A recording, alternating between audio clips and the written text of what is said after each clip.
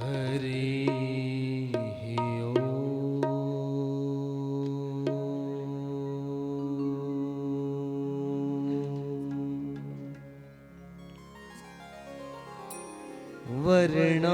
वर्णानामर्थ संघाना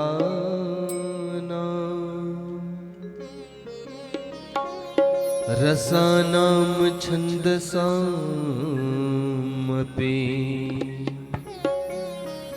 मंगलानां च कर्तारो वन्दे वाणि विनायकौ।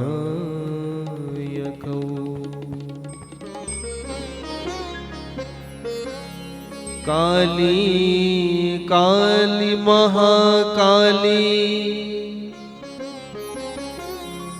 काली के परमेश्वरी सर्वानंद करे देवी मां भद्रकाली नमोस्तुते।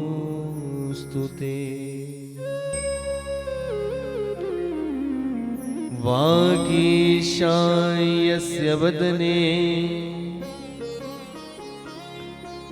लक्ष्मीर्यस्य च वक्षसि यस्यास्ते हृदये संवित् तं नरसिंहमहं भजे। प्रत्यालीढबदार्पितं वृषवर्द घोराट्हासापर खड्गेन्दीवर करतर्खरपुरभुजा ओंकार बीजोद्भवा।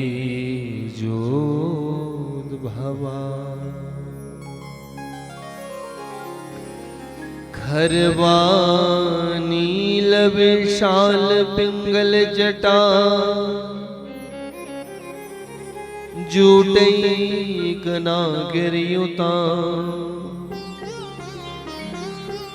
जाट्यां नयस्य कपालके त्रिजगता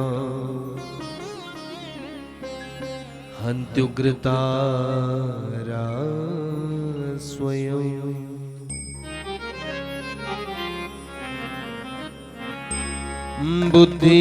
बुद्धिहीन तनु जानिके सुमिरो पवन कुमार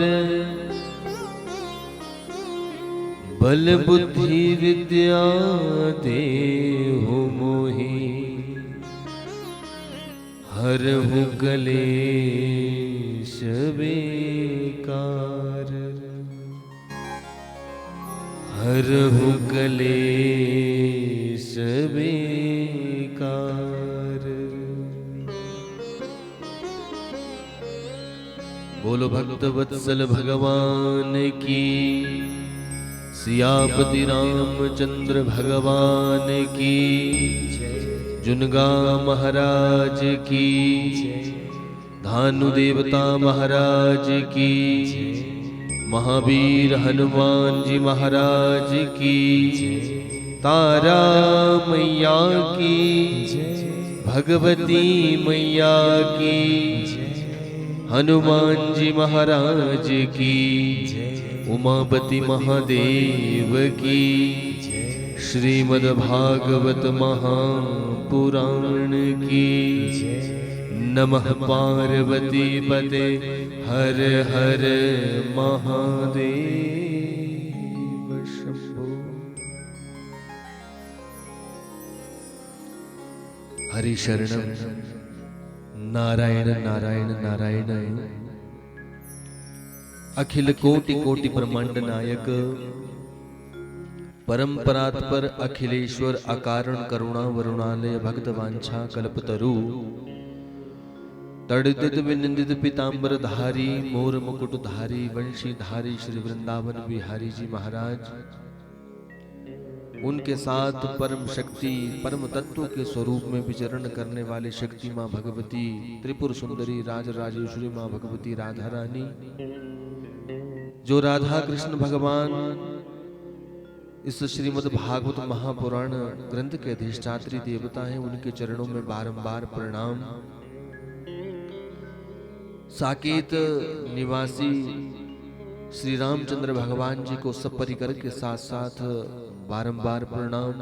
अनंत बलवंत हनुमान जी के चरणों में नमन। निर्गुण निर्विकल्प निराकार उमापति महादेव जी के चरणों में प्रणाम। गुरु परंपरा को, शास्त्र परंपरा को बारंबार वंदन। सर्वतो भद्र मंडलस्थ स्थापित समस्त देवी देवता और उनकी पूजा में आवरणित सर्वप्रथम यज्ञ आचार्य के रूप में, कुल पुरोहित जी के रूप में,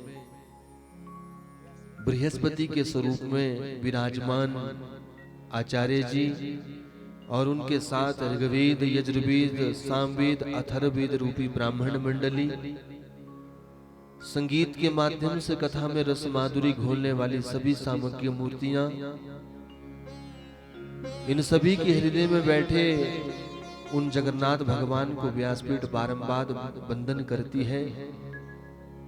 उपस्थित सभी श्रोता समुदाय, आए हुए सभी गणमान्य व्यक्ति, ध्रुव प्रहलाद स्वरूपी छोटे छोटे बालक वृंद, सभी बुजुर्गवान, श्रद्धा भक्तिमयी समस्त माताएं बहनें और विशेष रूप से इस कथा के मुख्य यजमान श्रीमती कृष्णा कंवर जी, इनका पूरा पवित्र परिवार, इनकी समस्त बेटियां, समस्त ग्रामवासी, सभी परिवार वाले और जो भी परोक्ष और अपरोक्ष रूप से इस कथा में हेतु बने हैं, उन सभी के हृदय में विराजमान उन जगन्नाथ भगवान जी को ये व्यासपीठ बारंबार वंदन करती है। बोलो सच्चिदानंद भगवान की। एक बार मेरे साथ बोलेंगे सभी, जय सिया राम, जय सिया राम, जय सिया राम। परम सौभाग्य की बात है, श्री इष्ट देवता जी के आशीर्वाद से, मां भगवती कुलजा के आशीर्वाद से, कुल पुरोहित जी के शुभ आशीर्वाद से आज से आपके इस शुभ ग्राम ब्यूलिया में श्रीमद् भागवत महापुराण का आगमन हुआ है। विधिवत रूप से भगवान भागवत जी का आपने स्वागत किया। गणपति इत्यादि देवी देवताओं के साथ साथ जो है वो समस्त देवी देवताओं की स्थापना की और स्थापना के दिवस में चाहे कितनी भी जल्दी कर लो परंतु देरी हो ही जाया करती है। बोलो भक्त वत्सल भगवान की। तो आपकी तरफ से तो देरी नहीं रही, परंतु हमारी तरफ से जो है वो बहुत देरी हो चुकी है, इसलिए ज्यादा आपका समय नहीं लेंगे और चंद शब्दों में आज की इस स्थापना दिवस की कथा को जो है वो आगे ले चलेंगे। बोलो भागवत भगवान की।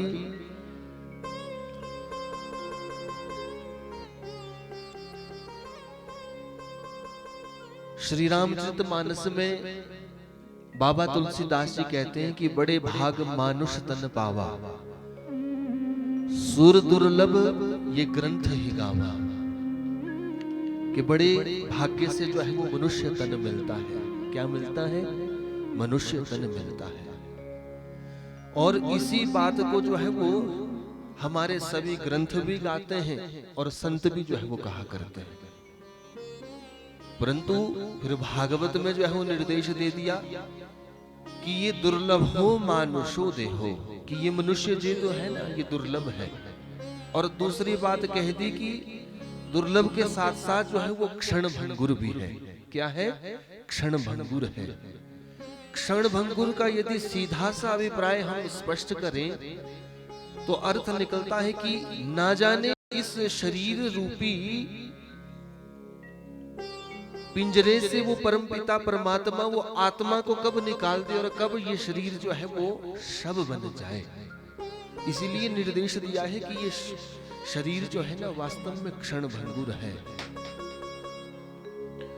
परंतु माता श्रीमती कृष्णा कंवर जी का ये पूर्व समय से बहुत इच्छा जो है वो मन में थी कि हमारे घर में कोई ऐसा यज्ञ होता जिससे मेरे अपने जीवन का कल्याण भी होता और साथ में जो है वो मेरे परिवार का कल्याण भी होता और हमारे समस्त पितरों का भी जो है उद्धार होता।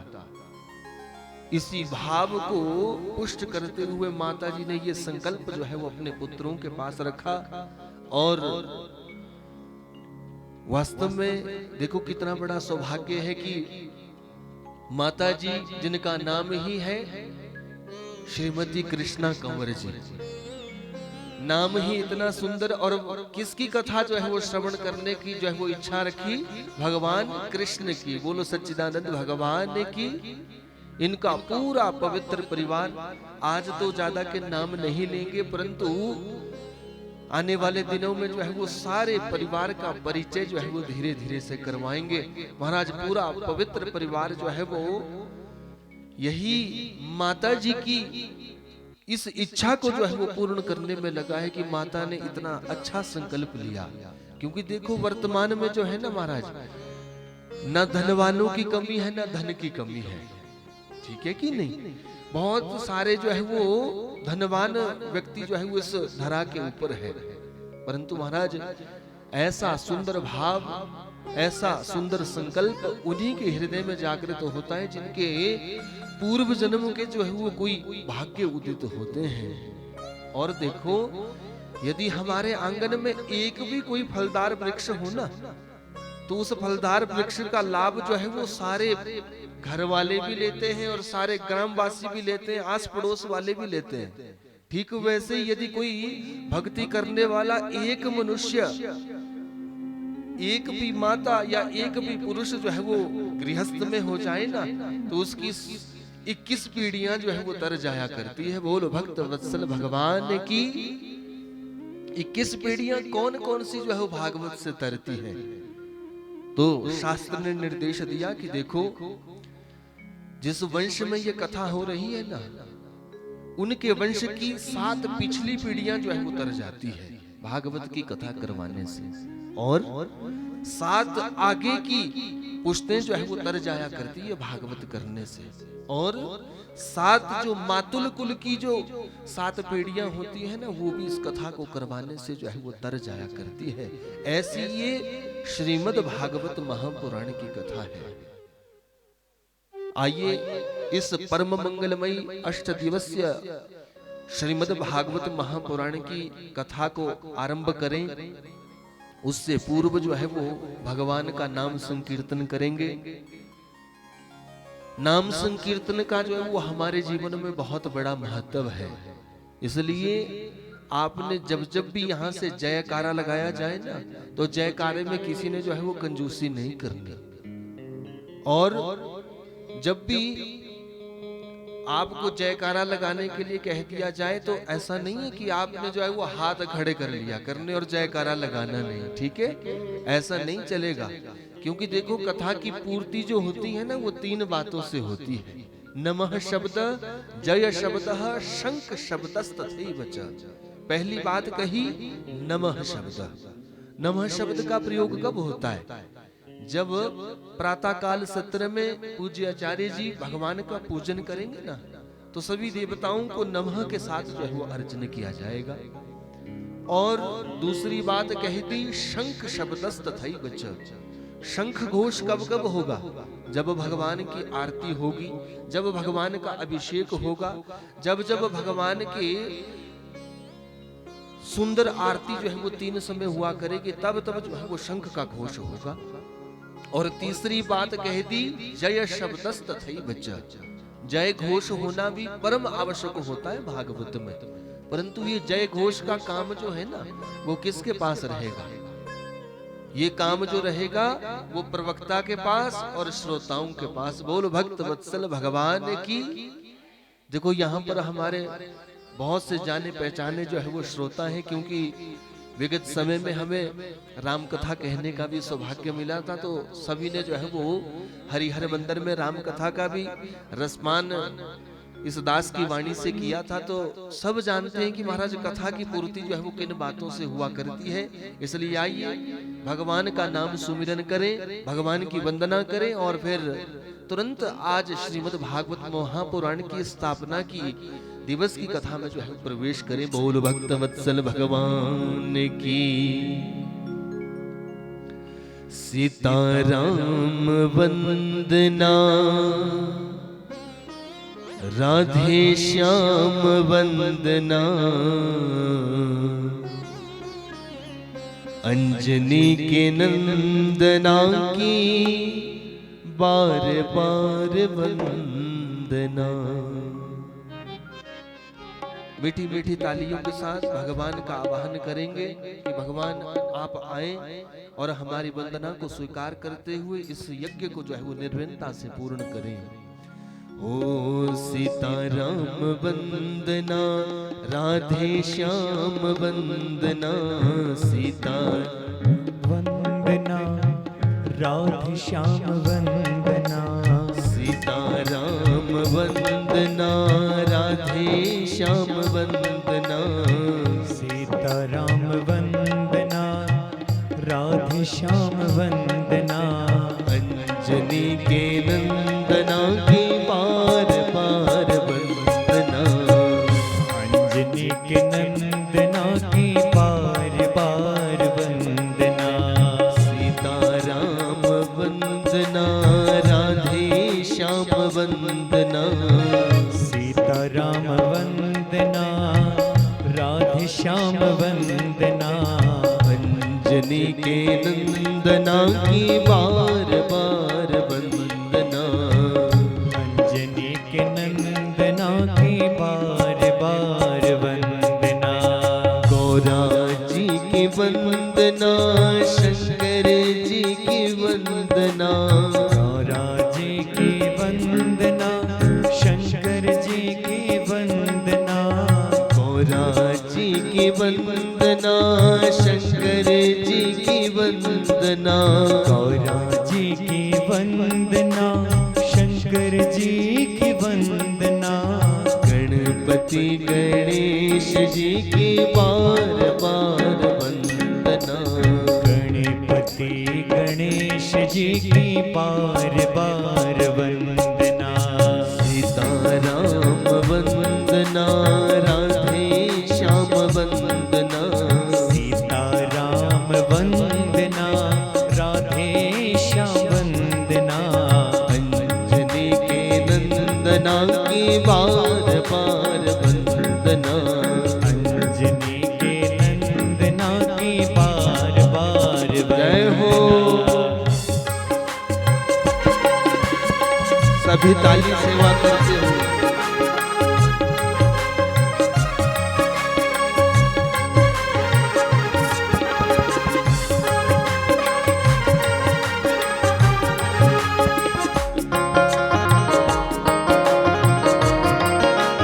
जय हो।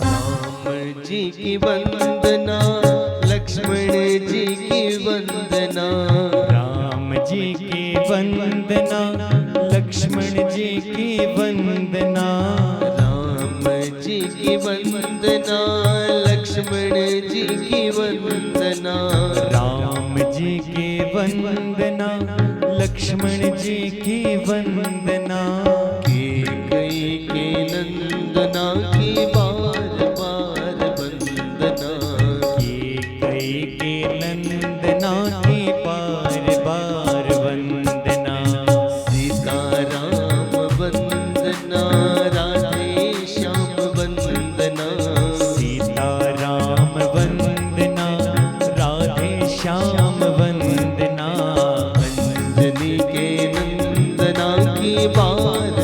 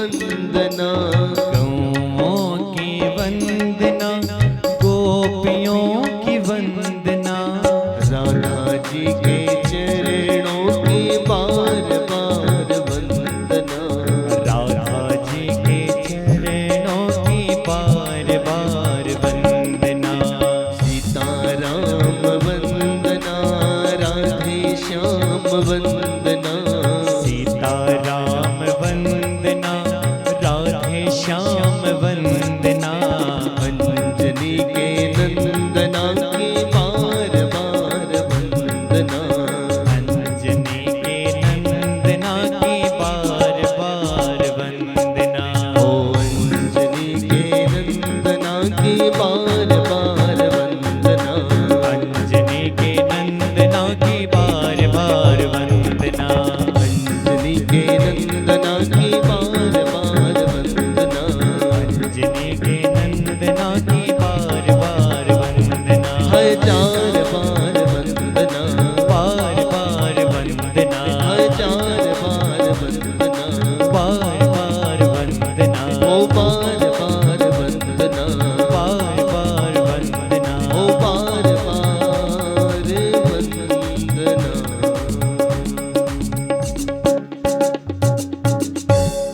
बोलो भक्त वत्सल भगवान की सच्चिदानंद रूपाय विश्वोत्पत्त्यादि हेतवे तापत्रय विनाशाय श्री कृष्णाय वयं नुमः। ये जो श्रीमद् भागवत महापुराण का ग्रंथ है ना, देखो सबसे पहले तो ये जानने की आवश्यकता है कि ये भागवत ग्रंथ क्या है। देखो जिसके विषय में हम नहीं जानते हैं ना, उसके विषय में हमारा प्रेम और अनुराग भी नहीं होता है, क्योंकि जब जान पहचान ही नहीं होती तो भला प्रेम भी कैसे होगा। सबसे पहले हमें ये जानना है कि वास्तव में ये भागवत ग्रंथ क्या है। देखो इस भागवत को जो है वो कितने सुंदर ढंग से जो है वो इसका आयोजन किया गया, और आयोजन करने के बाद इतनी तैयारियां की गई, और फिर इसका दिव्य जो है वो स्वागत किया गया। ऐसा क्या इस भागवत ग्रंथ में है, इस बात को जानने की परम आवश्यकता है। तो शास्त्रों ने निर्देश दिया, संतों ने निर्देश दिया कि ये कोई साधारण ग्रंथ नहीं है। देखो किताबें तो बहुत सारी होती हैं, ग्रंथ तो बहुत सारे हैं, परंतु भागवत की ही ऐसी महिमा क्या है कि महाराज आज घरों में भी भक्ति, ज्ञान और वैराग्य की वृद्धि के लिए भी जो है वो श्रीमद् भागवत की कथा करवाई जा रही है। और यदि कोई इस संसार की यात्रा को पूरा करके चला जाए तो फिर उनके निमित्त भी जो है वो भागवत की कथा करवाई जाती है। तो संतों ने निर्देश दिया कि ये भागवत जो है ना, ये कोई साधारण किताब नहीं है, और न ये किसी के द्वारा जीता हुआ खिताब है। बोलो भक्त वत्सल भगवान की। ये साक्षात जो है वो भगवान का स्वरूप है। क्या है? भगवान का स्वरूप है। और कैसा स्वरूप है? शब्दमयी प्रति स्वरूप है। इसके एक एक अक्षर में जो है वो भगवान विद्यमान है। और कैसे भगवान विराजमान है इसके एक एक अक्षर में, उसके विषय में हम चर्चा करें तो महाराज भागवत का जब एकादश स्कंद आरंभ होता है ना, तो भागवत में उद्धव जी का और भगवान कृष्ण का जो है बड़ा सुंदर संवाद आता है। भगवान ने उद्धव जी महाराज को ज्ञान दिया कि देखो उद्धव, मैं इस संसार की यात्रा को पूरी करके जाने वाला हूं, इसलिए अब तुम जो है वो इस पृथ्वी के ऊपर रहना, और पृथ्वी के ऊपर रहते हुए समस्त कलयुग के कलुषित प्राणियों के हृदय में जो है वो भक्ति, ज्ञान, वैराग्य की वृद्धि करवाना। तो उद्धव जी ने कहा महाराज देखो, जब आप इस संसार को छोड़ करके चले जाएंगे तो भला मैं भी यहाँ पर रह करके क्या करूंगा। तो भगवान ने कहा कि देखो, मैं एक शरीर रूप में तो इस संसार को जो है वो छोड़ करके चला जाऊंगा, परंतु आत्मा से जो है वो मैं सदा सर्वदा के लिए इस संसार में ही बना रहूंगा। ये उद्धव जी ने जब बात कही तो उद्धव जी ने कहा महाराज ये बात जो है वो आप स्पष्ट रूप से मुझे समझाएं। तो उद्धव जी को निर्देश दिया कि आप एक काम करो, जाओ अंदर पुस्तकालय से जो है वो भागवत रूपी ग्रंथ को ले आओ। मथुरा के पुस्तकालय से जो है वो भागवत का ग्रंथ लाया गया और भागवत का ग्रंथ लाने के बाद भगवान द्वारिकाधीश ने उद्धव के देखते देखते ही अपने शरीर से एक तेज उत्पन्न किया, अपनी आत्मा के स्वरूप में जो है वो तेज को निकाला और उसी समय उद्धव के सामने जो है वो भागवत में प्रवेश हो गए। जैसे ही भागवत में प्रवेश हुए ना, उसी समय द्वारिकाधीश ने शरीर रूप में तो बने हुए थे, तो तुरंत जो है उद्धव को निर्देश दे दिया कि देखो उद्धव, मैं तो इस संसार को छोड़ करके चला जाऊंगा, परंतु आज के बाद में सदा सर्वदा के लिए जो है ना वो भागवत में जो है विद्यमान हो गया। इसलिए उद्धव एक काम करना, कलयुग के दोषों से निवृत्ति के लिए भक्ति ज्ञान और वैराग्य की वृद्धि के लिए कलयुग में सब मनुष्यों को जो है उस भागवत का ज्ञान दिया करना। और उसी समय महाराज ये बात सिद्ध हो गई कि तिरोधायम प्रतिष्ठोयम, कहते इस भागवत ग्रंथ में भगवान स्वयं जो है वो प्रतिष्ठित हुए हैं।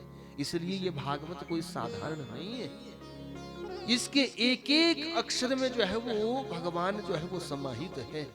इसके जो काले काले अक्षर है ना वो भगवान कृष्ण का स्वरूप है, और जो पन्ने हैं ना और पन्ने का सफेद भाग है, हमारे गुरुजी कहा करते थे कि वो सफेद भाग जो है ना वो राधा रानी का स्वरूप है। बोलो राधा कृष्ण भगवान की।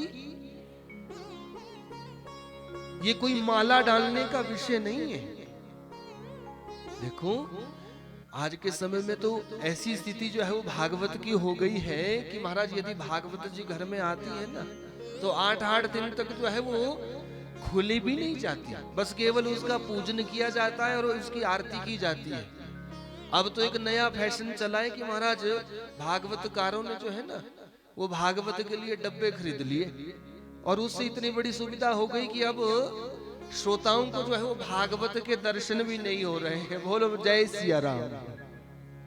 ऐसी स्थिति जो है वो भागवत की हो गई है। परंतु महाराज भागवत में निर्देश दिया गया है कि तेनेयं वांगमयी मूर्ति प्रत्यक्षः वर्तते हरे, सेवनात् श्रवणात् पाठनात् दर्शनात् पापनाशिनी। कहते ये तेने वांगमयी मूर्ति, ये भगवान की जो है ना साक्षात प्रतिमूर्ति है। प्रत्यक्षः वर्तते हरे, प्रत्यक्ष हरि का स्वरूप है। सेवनात्, इसका सेवन करने से, श्रवणात्, श्रवण करने से, पाठनात्, पढ़ने से, दर्शनात्, दर्शन करने से मनुष्यों के पाप संतापों का जो है वो नाश किया करती है। ये ऐसी भागवत की कथा है। बोलो भागवत भगवान की। मैं पहले दिन ही निवेदन कर दूं कि महाराज ये कोई माला डालने का विषय नहीं है। ये भागवत जो है ना वास्तव में मनोमंथन का जो है वो विषय है। आज के समय में मनोरंजन का साधन जो है वो लोगों ने इसे बना दिया, परंतु वास्तव में जो है वो मनोमंथन का ये विषय है। देखो जब हमारे घर में दूध हुआ करता था ना, आज के समय में भी वैसे तो आपके क्षेत्र में बहुत सारे जो है वो दूध उत्पादक हैं, परंतु जब हमारे घर में दूध होता था ना अधिक मात्रा में तो उसकी जो है वो दही बनाई जाती थी। और दही बनाने के बाद कैसे माखन बनाया जाता था, जो दही से माखन बनाने की पद्धति है ना उसको हमारी अधिकतर जो है वो बूढ़ी बूढ़ी माताएं जानती है। क्यों? क्योंकि उसके बाद जो है फिर मशीन आनी शुरू हो गई ना, फिर तो सोच का ही काम हो गया। बोलो भक्त वत्सल भगवान की। परंतु कहने का भाव क्या है कि देखो दूध को दही बनने में कितना समय लगता है और दही के बाद फिर माखन बनने में जो है वो कितना समय लगता है। और जब माखन तैयार हो जाता है ना तो फिर वो घी से भी ज्यादा स्वादिष्ट जो है वो खाने में होता है कि नहीं होता है। तो कहने का भाव क्या है कि जो इस ग्रंथ के अधिष्ठात्री देवता है ना वो भी जो है ना कैसे है, माखन चोर है कि नहीं। भगवान कृष्ण ने अपने जीवन में क्या किया, किस चीज की चोरी की, माखन की चोरी की है। और माखन वास्तव में क्या है, उस दूध से निकला हुआ सबसे शुद्ध पदार्थ है। और संतों ने जो है वो माखन का अर्थ स्पष्ट किया, किससे, हमारे हृदय से किया है। कि महाराज देखो, इस मन में, इस हृदय में वास्तव में काम, क्रोध, लोभ, मोह, ईर्ष्या, मात्सर्य रूपी जो है ना अनेक विकार जो है वो बने हुए रहते हैं। क्योंकि हम कलयुग के जीव हैं भैया। ऐसा नहीं है कि हमारा मन जो है वो सबका निर्मल ही बना हुआ रहता है। अनेक प्रकार के विकार जो है वो हमारे हृदय में बने रहते हैं। परंतु यहाँ पर निर्देश दिया संतों ने कि देखो, जिसका मन निर्मल हो जाए ना, जिसका अंतःकरण जो है वो शुद्ध हो जाए, तो क्या होता है, वो मन जो है ना माखन के स्वरूप में बन जाएगा। और उसी माखन को जो है ना हमारे माखन चोर जो है वो चुराने के लिए आ जाएंगे। बोलो भक्त वत्सल भगवान की। इसलिए मन का मंथन करें, भक्ति और ज्ञान की, वैराग्य की जो है वो वृद्धि इस कथा से करें। और संकीर्तन का आनंद लेने के लिए शाम के समय में जो हमारे संगीतज्ञ जो मूर्तियां आई है ना, खूब जो है वो आपने संकीर्तन भी करना, खूब जो है वो उत्सव को भी मनाना। क्योंकि देखो, कथाएं जो है ना वास्तव में दो प्रकार की होती है। एक कथा तो होती है ना जो किसी के निमित्त करवाई जाती है, वो उसे फोटो वाली कथा जो है वो कहा जाता है। किसी की वार्षिक श्राद्ध में कराई जाती है, किसी के चतुर्वार्षिक श्राद्ध के निमित्त कराई जाती है, किसी की पुण्य स्मृति में कराई जाती है। वो तो विशेष रूप से फोटो वाली कथाएं होती है। परंतु जो यहाँ कथा हो रही है ना, वो तो आनंद वाली कथा हो रही है वास्तव में। क्यों? क्योंकि यजमान परिवार का ये शुद्ध भाव जो है वो बना हुआ है कि हमें अपने घर में जो है वो भक्ति, ज्ञान और वैराग्य की वृद्धि के लिए जो है वो कोई ऐसा सत्संग करना है जिससे हमारे सभी पूर्वजों का भी उद्धार हो और हमारा भी उद्धार हो, और समस्त इलाका वासियों का, समस्त ग्राम वासियों का, पूरे खानदान का जो है वो कल्याण हो। बोलो भक्त वत्सल भगवान की। इसलिए इस सत्संग में आपने आनंद से भी नहीं चूकना है, उत्सव से भी नहीं चूकना है। पूर्ण आनंद जो है ना उस भागवत में जो है वो 8 दिनों तक जो है वो लेंगे। तो सबसे पहले हम श्रीमद् भागवत महापुराण का अर्थ स्पष्ट करें कि ये भागवत क्या है। तो श्री का अर्थ होता है श्रयते इति श्री, अर्थात इस भागवत ग्रंथ की श्री क्या है। देखो, जो हमारी माताएं बहनें हैं ना, अपने घर में जब काम करती है ना, प्रातः काल से लेकर के शाम के समय तक, तो जितना भी वो काम करती है, काम करने के बाद यदि वो अपनी सेवा कहीं और भी दे रही है, कोई काम और भी कर रही है, तो उनकी श्री क्या है, उस गृहस्थी की, उस गृहिणी की श्री क्या है, लक्ष्मी क्या है, उसके घर का काम जो उसमें वो निपुण है। यदि वो बाहर का काम भी करती है जिसमें वो निपुण है, वही उसकी श्री है, वही उसकी लक्ष्मी है। और ठीक इस भागवत की श्री कौन है, भगवती राधा रानी, जिनको श्री नाम के साथ जो है वो संबोधन किया है। क्या किया है, श्री के नाम से जो है वो संबोधन किया है।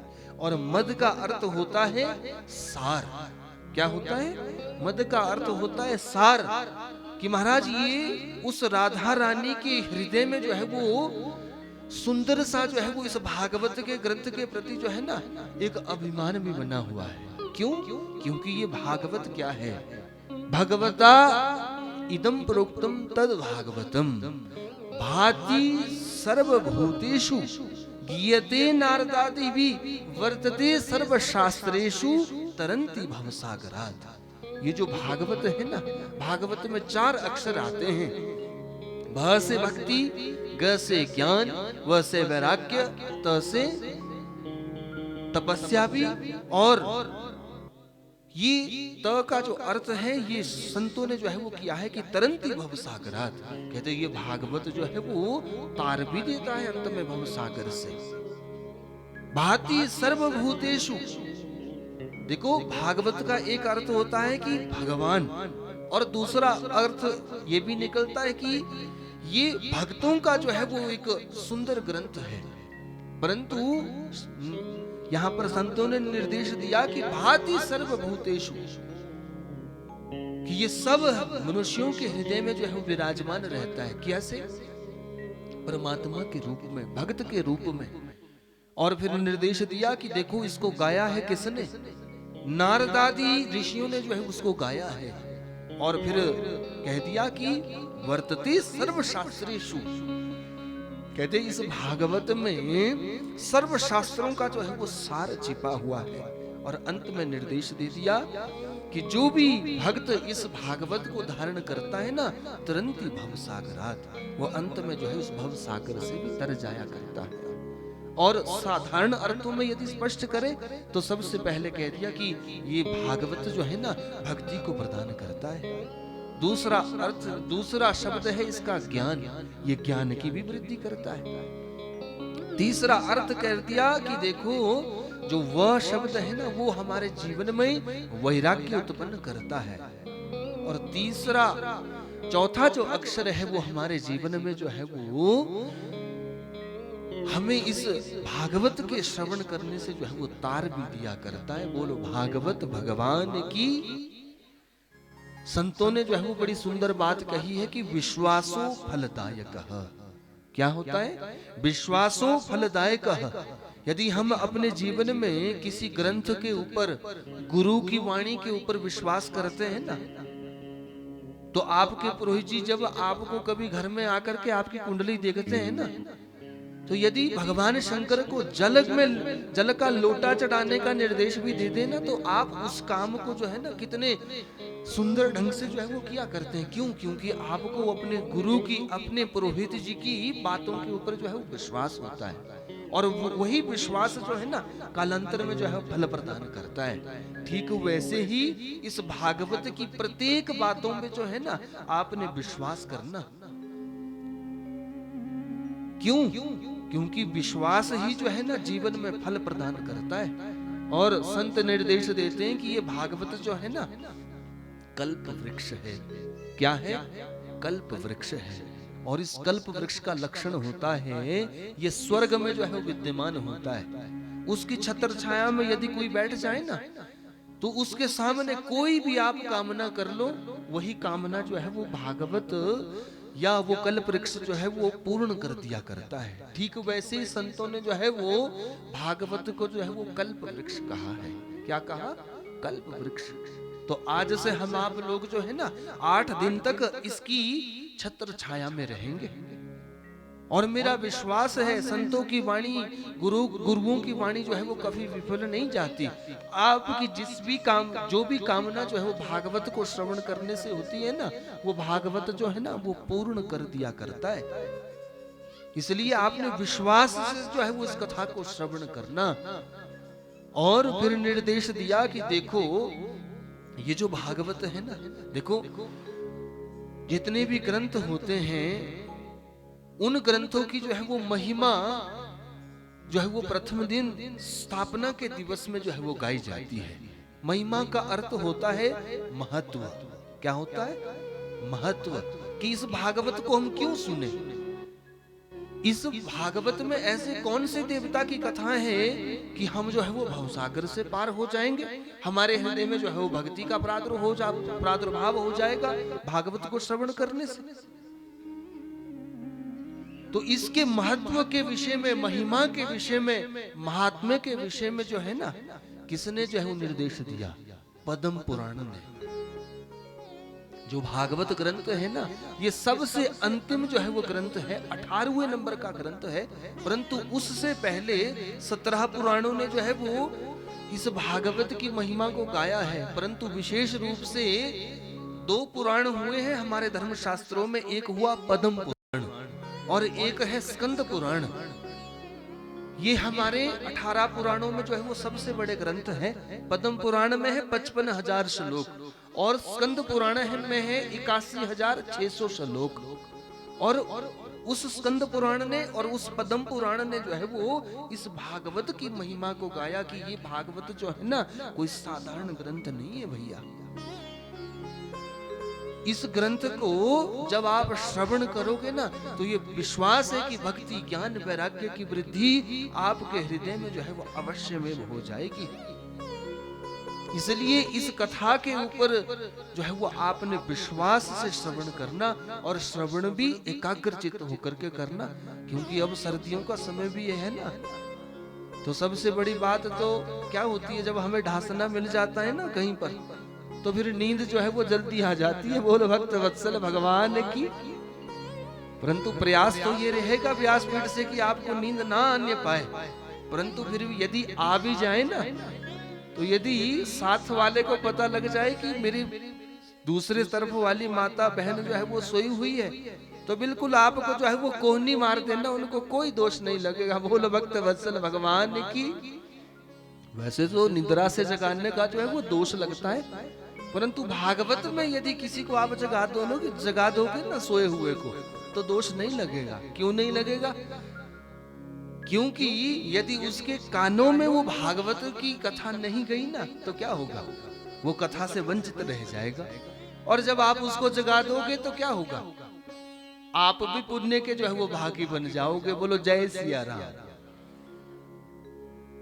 और भागवत जो है ना महाराज, वो हमारे शास्त्रों में बहुत ही ऐसा ग्रंथ है जिसमें अनेक प्रकार के जो है वो उत्सव मनाए जाते हैं, जिसमें भगवान की कथा को जो है वो पूज्य वेद व्यास जी महाराज ने, सुखदेव जी महाराज ने जो है वो गाया है। क्या किया है? गाया है। बहुत सारे कथा वाचक जो है वो इस बात के ऊपर पुष्टि करते हैं कि महाराज आजकल तो भागवत में जो है वो गाना बजाना ही ज्यादा होने लग गया, परंतु महाराज यहाँ पर निर्देश दे दिया कि भागवत को जो है ना वास्तव में गाया हुआ है। इसलिए इसमें अनेक प्रकार के, जैसे जैसे भागवत आगे चलेगी ना, हम अनेक गीतों के बारे में जो है वो श्रवण करेंगे। इसमें कितने गीत आते हैं, रुद्र गीत है, भंवर गीत है, भ्रमर गीत है, गोपी गीत है, कितने गीतों का जो है वो दर्शन होता है भागवत में। परंतु महाराज जो प्रवक्ता लोग ऐसा कहते हैं ना कि इसमें भागवत में तो बहुत सारा नाच गाना ही होता है आजकल के समय में, परंतु मैं उनसे ये बात जो है वो स्पष्ट शब्दों में कह दूं कि जिनको खुद गाना नहीं आता ना, वही लोग जो है वो इस तरह की बात करते हैं। बोल भक्त वत्सल भगवान की। तो पद्म पुराण ने भागवत की जो है वो महिमा को गाया है, भागवत की महात्म्य को जो है वो बताया है। बताया कि देखो ये भागवत जो है ना वो कैसा ग्रंथ है। क्योंकि देखो यदि कोई विशेष व्यक्ति आपके बीच में आ जाए ना, और वो अपने परिचय के विषय में तो बता दे, परंतु धीरे धीरे क्या करे, अपनी पढ़ाई करना भी जो है वो आरंभ कर दे, तो भला कभी आप जो है वो यदि किसी की पढ़ाई उसी के मुख से श्रवण करो तो कभी अच्छा ही लगेगी आपको? नहीं लगेगी। ठीक वैसे ही भागवत ने अपनी पढ़ाई जो है वो अपने मुख से नहीं की। पद्म पुराण जी ने 6 अध्यायों में जो है वो भागवत की पढ़ाई की है, और जब ये भागवत विश्राम लेती है ना, तो अंत में जो है वो स्कंद पुराण ने जो है वो भागवत की महिमा को गाया है। परंतु जहां पर 8 दिन की कथा होती है ना, वहां पर पद्म पुराण अंतर्गत जो है वो महिमा बताई जाती है। और जहां पर सालों तक चलने वाला यज्ञ होता है, जहां पर महीनों तक चलने वाली भागवत होती है ना, वहां पर अंत में जो है वो स्कंद पुराण का महात्म्य भी जो है वो गाया जाता है। क्यों? क्योंकि हमारे तो यहाँ पर अधिकतर जो है वो या तो 8 दिन की कथा होती है या 7 दिन की कथा होती है। परंतु जब कुंभ लगता है, जब कहीं पर यज्ञ सत्र चलता है, तो वहां पर जो है वो महीनों तक और वर्षों तक की जो है वो कथाएं हुआ करती है। वहां पर विस्तार से जो है वो इनकी महात्मा की भी जो है वो चर्चा की जाती है। परंतु यहाँ पर तो सिर्फ और सिर्फ पद्म पुराण ने जो है वो महात्म्य गाया है, और महात्म्य में बताया कि देखो ये किस देवता की जो है वो कथा है, इसको हम क्यों सुने, उस परमात्मा के प्रति हमारी प्रीति, प्रेम, उनके प्रति दृढ़ विश्वास हमारा क्यों हो, वो परमात्मा क्या करते हैं, वो हमारे जीवन में जो है वो क्या परिवर्तन लाते हैं, ऐसे कौन से देवता हैं। तो महाराज यहाँ पर जो है सबसे पहले पद्म पुराण अंतर्गत जो है वो 6 अध्यायों का जो है वो महात्म्य बताया गया है। आप सब जो है वो अपनी कमर को सीधा कर लें, हाथ जोड़ लें और मेरे साथ जो है वो इस महात्म्य के पहले श्लोक में जो है प्रवेश करेंगे। और जैसा मैं कहूंगा मेरे साथ पीछे जो है वो आचार्य जी भी कहेंगे और आपने भी जो है वो मेरे साथ इस भागवत के महात्म्य में जो है प्रवेश करना है। सभी अब अपने हाथ जोड़ लें। माता जी हाथ जोड़ो अपने, बोलो भक्त वत्सल भगवान की। सच्चिदानंद रूपाय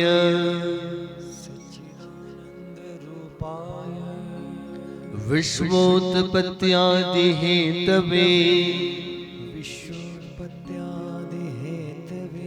तापत्रय विनाशाय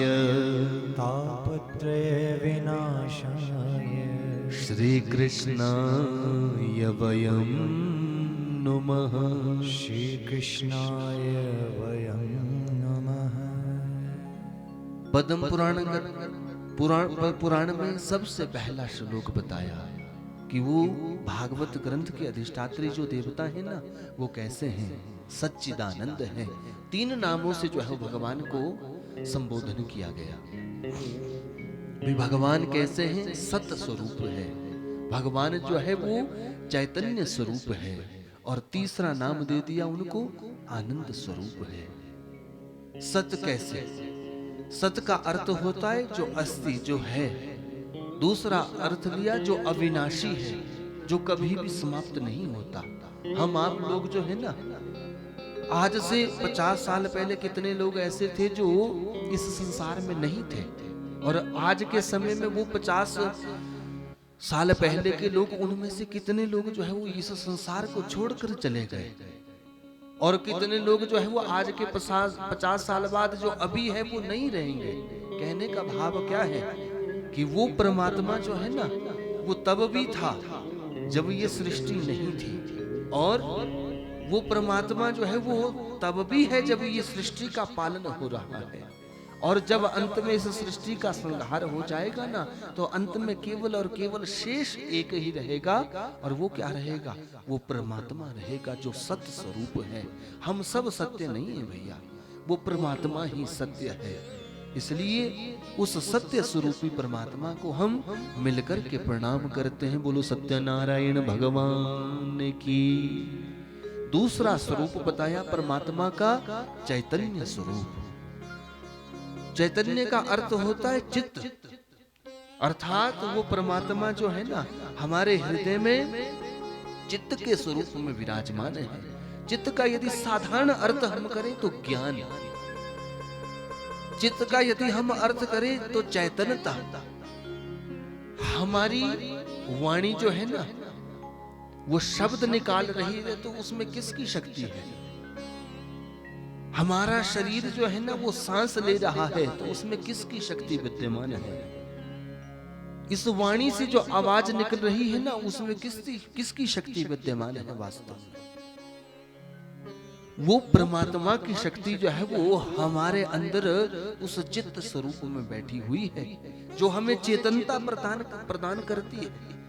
आप विचार करो, जब हमारे शरीर से हमारे प्राण निकल जाते हैं ना, जब ये श्वास वायु निकल जाती है, जब श्वास अवरुद्ध हो जाती है, तब क्या मनुष्य की स्थिति होती है? तब वो शरीर से शव जो है वो बन जाया करता है। बनता है कि नहीं बनता है? और फिर जब शरीर का शव बन जाता है तो वो मृत्यु घोषित हो जाता है। और जब किसी शरीर का पूरा होना ये घटित हो जाया करता है तो फिर क्या करते हैं? घर वाले भी जो है वो कह देते हैं कि देखो अब ये शरीर जो है ना वो शव बन चुका है, इसलिए एक काम करो, सूर्य अस्त से पहले पहले इस शरीर की जो है वो गति करो। क्यों? क्योंकि उस शरीर से वो परमात्मा रूपी प्राण जो है ना वो निकल जाया करते हैं। वो चित्त जो है वो शरीर से जब निकल गया तो ये शरीर जो है ना वो शव बन गया। इसलिए शास्त्रों ने निर्देश दिया कि जब तक इस शरीर में परमात्मा विराजमान है ना तब तक ये शरीर जो है ना चेतन है। इसलिए उन चित्त स्वरूपी परमात्मा को, चेतना स्वरूपी परमात्मा को जो है वो प्रणाम किया है। बोलो भक्त वत्सल भगवान की। तीसरा नाम कह दिया यहाँ पर भगवान का आनंद, कि वो परमात्मा जो है ना वो आनंद के स्वरूप में है, और वो आनंद वास्तव में हम आप सब व्यक्तियों के हृदय में ही विराजमान होता है। परंतु हम आप वो आनंद वास्तव में कहाँ ढूंढते हैं? वो आनंद ढूंढते हैं हम घर में, मकान में, बाल बच्चों में, बहू में, बेटियों में, पुत्र में, नातियों में, पोतों में, परंतु वास्तव में वो आनंद जो है वो संसार में नहीं है। वो आनंद जो है वो हमारे हृदय में ही परमात्मा के रूप में जो है विराजमान है। बरस हम उस आनंद को जो है वो वास्तव में अपने शरीर में जो है वो नहीं देख पाते हैं। और जब ये स्थिति हमारी बन जाएगी ना कि मनुष्य जो है वो सिया राम में सब जग जानी, सब पुरुषों में जो है वो भगवान राम जी का दर्शन करेगा, और माताओं में, बहनों में जो है वो सीता जी का दर्शन करेगा ना, तो उसके हृदय में वास्तव में स्वतः ही जो है वो परमात्मा आनंद के स्वरूप में जो है वो सदा सर्वदा के लिए विराजमान हो जाएंगे। बोलो आनंद स्वरूप भगवान की। ऐसे ही 3 नामों से जो है वो भगवान को यहाँ पर कहा है कि वो परमात्मा जो है वो सतघन है, चितघन है और आनंद घन है। और दूसरी बात दे दी, कह दी कि वो परमात्मा करते क्या है, तो बता दिया कि देखो वो परमात्मा जो है ना उनके अंदर 3 गुण है। विश्वोत्पत्त्यादि हेतवे, कहते वो इस संसार का जो है वो क्या करते हैं, निर्माण भी करते हैं, और फिर निर्माण करने के बाद पालन भी करते हैं, और अंत में जब भगवान को लगता है ना कि अब मेरा युग पूरा हो रहा है, तो क्या करते हैं, वो प्रलय की स्थिति लाते हैं, और अनेक प्रकार की जो है वो जल वृष्टि होती है, अनेक प्रकार के तूफान आते हैं, और ये सारी सृष्टि जो है वो जलमग्न होकर के परमात्मा के उदर में जाकर के जो है वो समाहित हो जाती है। ऐसे भगवान जो है ना वो विश्व की उत्पत्ति का भी, पालन का भी, संहार का भी जो हेतु है, उन परम पिता परमात्मा को जो है वो हम मिलकर के प्रणाम करते हैं। बोलो सच्चिदानंद भगवान की। तो फिर किसी ने कह दिया कि महाराज देखो वो परमात्मा जो है वो सच्चिदानंद भी है, परंतु दूसरे शब्दों में कह दिया कि वो तो विश्व की उत्पत्ति का भी हेतु है, परंतु हम आप लोगों को जो है वो क्या लाभ है उनका पूजन करने से, उनका नाम लेने से। तो बता दिया यहाँ पर कि महाराज वो परमात्मा जो है ना वो हमारे 3 प्रकार के दुखों का नाश कर दिया करते हैं। क्या करते हैं? 3 प्रकार के दुखों का नाश करते हैं। वो 3 दुख वास्तव में कौन कौन से हैं? आदि दैविक, आदि भौतिक और आध्यात्मिक। कोई तन दुखी, कोई मन दुखी, कोई धन बिन रहत उदास, थोड़े थोड़े सब दुखी, सुखी राम के दास। वास्तव में जो है ना वो 3 ही दुख जो है वो मनुष्य को जीवन में बने रहते हैं। किसी को जो है वो तन का दुख है कि अब उम्र जो है ना वो 50 साल से ज्यादा हो गई, और अब गोटे जो है वो सीधे ही नहीं रहते, कथा में भी जो है वो टांग पसार करके बैठना पड़ता है मजबूरी के। क्यों? क्योंकि अब वो तन जो है वो साथ ही नहीं देता। कोई तन दुखी, कोई मन से ही जो है वो व्यथित रहता है कि अरे संसार में रिश्तेदार भी बहुत है, परिवार वाले भी बहुत है, परंतु मन से जो है वो इसी बात की चिंता बनी रहती है कि अरे घर में एक बेटा है उसका रिश्ता ही नहीं लग रहा है। बोलो भक्त वत्सल भगवान की। बेटियां बड़ी बड़ी हो गई, परंतु आज तक जो है वो ना तो किसी ऊंचे पद को प्राप्त कर सकी, ना इनका विवाह हो रहा है। मन से भी मनुष्य को अनेक प्रकार के जो है वो दुख बने रहते हैं। कोई तन दुखी, कोई मन दुखी, और तीसरा दुख जो है ना वो वास्तव में मनुष्य को आज के समय में तो करोड़पतियों को भी बना रहता है कि हम तो धन के बिना ही हैं। चाहे कितना भी धन हो ना मनुष्य के पास, परंतु कभी नहीं बोलता अपने को कि मैं बहुत बड़ा धनवान हूं। सदैव यही कहता है कि बस दाल रोटी चल रही है। बोलो भक्त वत्सल भगवान की। ये 3 ही तो दुख है जीवन में, और इन्हीं तीनों दुखों को शास्त्रकारों ने निर्देश दिया कि आदि दैविक, आदि भौतिक और आध्यात्मिक, ये 3 ही तो दुख हैं। और इन्हीं तीनों दुखों का शमन, इन तीनों दुखों का नाश जो है ना वो इस भागवत ग्रंथ के अधिष्ठात्री देवता करते हैं। परंतु मैंने पहले ही निर्देश दे दिया कि जिस भाव से आप कथा श्रवण करोगे ना वैसा ही फल जो है वो भागवत प्रदान करेगी आपको। जाकी रही भावना जैसी, प्रभु मूरित दिन देखी तैसी। देखो यदि आप जो है वो केवल पंडाल में आकर के यही देखते रहोगे ना कि देखो व्यास जी तो आए हैं परंतु है तो छोटे जी, पंडाल की व्यवस्था जो है वो कैसी बनाई हुई है, यजमान परिवार ने क्या सुंदर जो है वो व्यवस्था भी की है। यदि आप यही सब बातें देखते रहोगे तो कथा जो है ना आपके हृदय में नहीं जा सकती, और जब कथा हृदय में नहीं जाएगी तो क्या होगा, केवल केवल और केवल जो है वो समय व्यतीत करना होगा। इसलिए आज से 8 दिनों तक प्रयास करना कि इस समय को ना व्यर्थ मत गंवाना, क्योंकि देखो संसार के काम तो आप कर ही रहे हो। अब अपने पुत्र धर्म को, माता धर्म को, बहन के धर्म को, पुत्र धर्म को सब निभा रहे हैं, परंतु देखो हमारा एक धर्म और भी तो है जिसको भगवत धर्म कहा जाता है, उस धर्म को भी कोई निभा रहा है, नहीं निभा पा रहे हैं। आज का समय ऐसा हो चुका है कि मनुष्य भगवान के भजन को, भगवान के सत्संग को, भगवान की कथा को जो है वो समय नहीं दे पाता।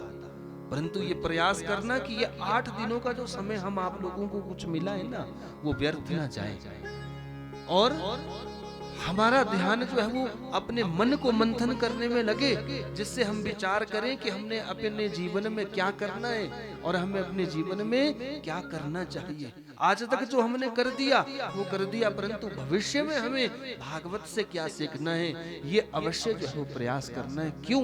क्योंकि जो राम कथा है ना महाराज, वो राम कथा जो है वो जीवन में हमें जीना सिखाती है कि हमें अपने परिवार वालों के साथ कैसे संबंध रखने चाहिए, हमारा पुत्र के प्रति क्या धर्म होता है, माता के प्रति क्या धर्म एक पुत्र का होता है, क्या बहन का भाई के प्रति कर्तव्य होता है, क्या भाई का बहन के प्रति कर्तव्य होता है। ये जीना जो है वो राम कथा जो है वो सिखाया करती है। परंतु वास्तव में जो भागवत की कथाएं है ना वो क्या सिखाती है हमें जीवन में, भागवत की कथा जो है वो मरना सिखाती है, और मरना जो है वो सबको निश्चित है। अद्यवा शतान्तेवा मृत्युर्में प्राणिनाम ध्रुवः।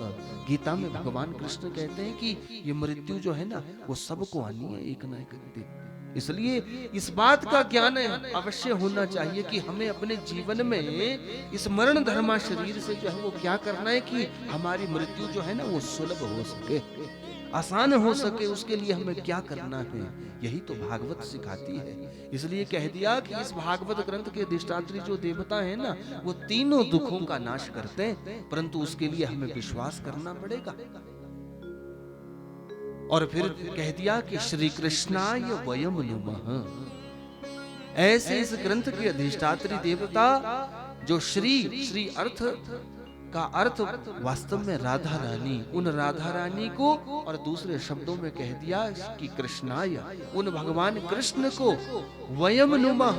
ऐसा नहीं कहा कि केवल जो है वो प्रवक्ता ही प्रणाम करे, तब तो यहाँ पर अहम नुमः, अहम जो है वो नमः होता, परंतु यहाँ पर निर्देश दे दिया कि श्री कृष्णाय वयम नुमः। वास्तव में यदि इन शब्दों के एक एक शब्द का अर्थ करने लग जाए ना तो महाराज कब 3 घंटे लग जाते पता नहीं लगता, परंतु यहाँ पर शास्त्र सीधा सीधा निर्देश देते हैं कि नुमः का क्या होता है, क्या अर्थ होता है। न ममः ममः न, कि मैं जो नहीं हूं और मैं अपने जीवन में कुछ भी नहीं हूं। यदि ये जीवन में बात हमने अपने अंदर जो है वो संस्कारित कर दी ना, अपने जीवन से अहंकार को निकाल दिया, तो उसी मनुष्य के हृदय में वास्तव में वो परम पिता परमात्मा आकर के जो है वो सदा सर्वदा के लिए विराजमान हो जाते हैं। बोलो सच्चिदानंद भगवान की। ऐसे श्री कृष्णाय वयम नुमः, ऐसे राधा कृष्ण भगवान को जो है वो हम मिल करके प्रणाम करते हैं। बोलो राधा गोविंद भगवान की। जैसे हम आप लोग यहाँ पर बैठे हैं ना भगवान की कथा सुनने के लिए, वैसे ही एक बार शौनकादि 88,000 ऋषियों ने बैठ करके जो है वो कहां पर कथा श्रवण की। एक नैमिषारण्य की पुण्य भूमि है, और वो नैमिषारण्य की जो पुण्य भूमि है ना वो कहां पर है, हरिद्वार के ही समीप, जहां पर हमारा उत्तराखंड समाप्त होता है ना, वहीं से आगे जो है वो एक सीतापुर जिला लगता है जो यूपी क्षेत्र में आता है। उस नैमिषारण्य के पुण्य भूमि को सीतापुर भी कहा जाता है। क्यों? क्योंकि वहां पर मां भगवती सीता मैया ने अपने शरीर को पृथ्वी के अंदर समाहित किया था, इसलिए उस स्थान का नाम जो है वो सीतापुर भी है। और दूसरी बात निर्देश दे दी कि देखो वो जो भूमि है ना, उसे जो है वो चक्र तीर्थ भी कहा जाता है। और वो तीर्थ जो है ना वो सतयुग का तीर्थ है। वर्तमान में तो ऐसे ऐसे तीर्थ निकल रहे हैं ना कि कलयुग में भी जो है वो जिनका नाम जो है वो चल रहा है, परंतु ये जो नैमिषारण्य का तीर्थ है ये सतयुग का तीर्थ है। इसके विषय में स्कंद पुराण में कथा आती है कि महाराज एक बार ब्रह्मा जी के पास हम आप लोगों की तरह गृहस्थी 88,000 ऋषि जो है वो गए हैं, और उन्होंने ऋषियों ने ब्रह्मा जी को प्रणाम किया। प्रणाम करने के बाद पूछा, महाराज आप यदि हमारे ऊपर कृपा करते हैं ना तो कोई ऐसा स्थान बताओ जहां पर बैठ कर के हम भगवान का भजन कर सके, भगवान का सत्संग कर सके, और सत्संग भी कैसा हो जहां हमें कोई रोक टोक ना हो, जहां पर शांति में बैठ कर के हम भगवान का भजन कर सके। तो ब्रह्मा जी ने कहा कि देखो मैं तो तुम्हें क्या स्थान दूंगा, चलो नारायण भगवान के पास। नारायण भगवान के पास गए, प्रणाम किया, सारा अपना मंतव्य प्रस्तुत किया, और नारायण भगवान ने जो है वो एक चक्र प्रदान किया और कह दिया कि देखो जहां पर ये चक्कर जाएगा ना, चक्कर में चक्र की स्थिति आपने देखी होगी कि चक्र जो है वो पैना आगे से होता है, उसमें नेमियां बनी हुई होती है। कह दिया कि ये चक्र जहां पर शांत होगा ना, उसी जाकर के उसी स्थान में जाकर के बैठ कर के जो है वो तुमने भजन करना। वो चक्र चला और नैमिष मात्र में, देखो नैमिष किसे कहते हैं? नैमिष कहते हैं जितनी देर में हमारी आंखें जो है वो पलक चमकती है ना, उतनी ही देर में वो चक्र चला उस वैकुंठ धाम से और जाकर के उस सीतापुर जिले में एक जंगल में शांत हो गया।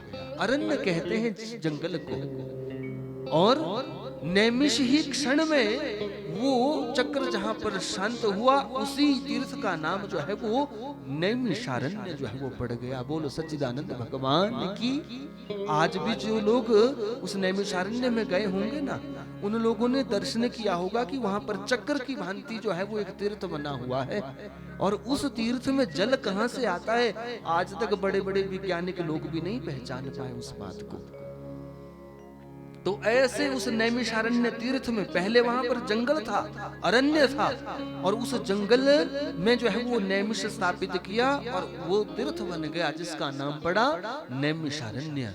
और वहीं पर बैठ कर के 88,000 शौनकादि ऋषि पहुंचे, अपने गृहस्थ के कार्यों को किया, हवन इत्यादि कार्यों से निवृत्त हुए, सोचने लगे कि हम भगवान के सत्संग को श्रवण करना चाहते हैं, परंतु श्रवण करे कहां पर? ये विचार करने लगे तो फिर सोचा कि कहां पर श्रवण किया जाए, किसके मुख से श्रवण किया जाए। तो महाराज यहाँ पर इन शौनकादि ऋषियों के बीच में एक 16 वर्ष के सूत जी महाराज के उपाधि लिए रोमहर्षण जी के पुत्र जो है वो उग्र श्रवाजी महाराज का जो है वो आगमन हुआ। जैसे ही उन तेजस्वी सूत जी महाराज को आते हुए देखा तो सारे इन 88,000 शौनकादि ऋषियों ने जो है वो खड़े होकर के प्रणाम किया, और प्रणाम करने के बाद जो है वो उनके सामने निवेदन किया। प्रणाम करके जो है वो निवेदन किया कि आप जो है वो हमारे गुरु रूप में जो है यहाँ पर आए हैं, और आप एक काम करो, ऊंचे आसन पे बैठ करके जो है वो प्रार्थना की कि यहीं पर बैठ करके जो है वो आप हमारे जीवन को कृतार्थ करो, भक्ति ज्ञान विवेक हमारे जीवन में कैसे प्रादुर्भाव हो उसके विषय में जो है वो बताओ। ये तो हो गई नैमिषारण्य की जो है वो कथा, परंतु अब हम विचार करें इस कथा का मूल अर्थ, दार्शनिक पक्ष वास्तव में हम श्रवण करें कि नैमिषारण्य क्या है। नैमिष है, संतों ने निर्देश दिया कि नैमिष है ना, ये हमारा मन है। क्या है? मन है। क्योंकि जैसे हमारा मन होता है ना, इस मन में जो है वो अनेक प्रकार के जो है वो विचार बने रहते हैं। कैसे विचार?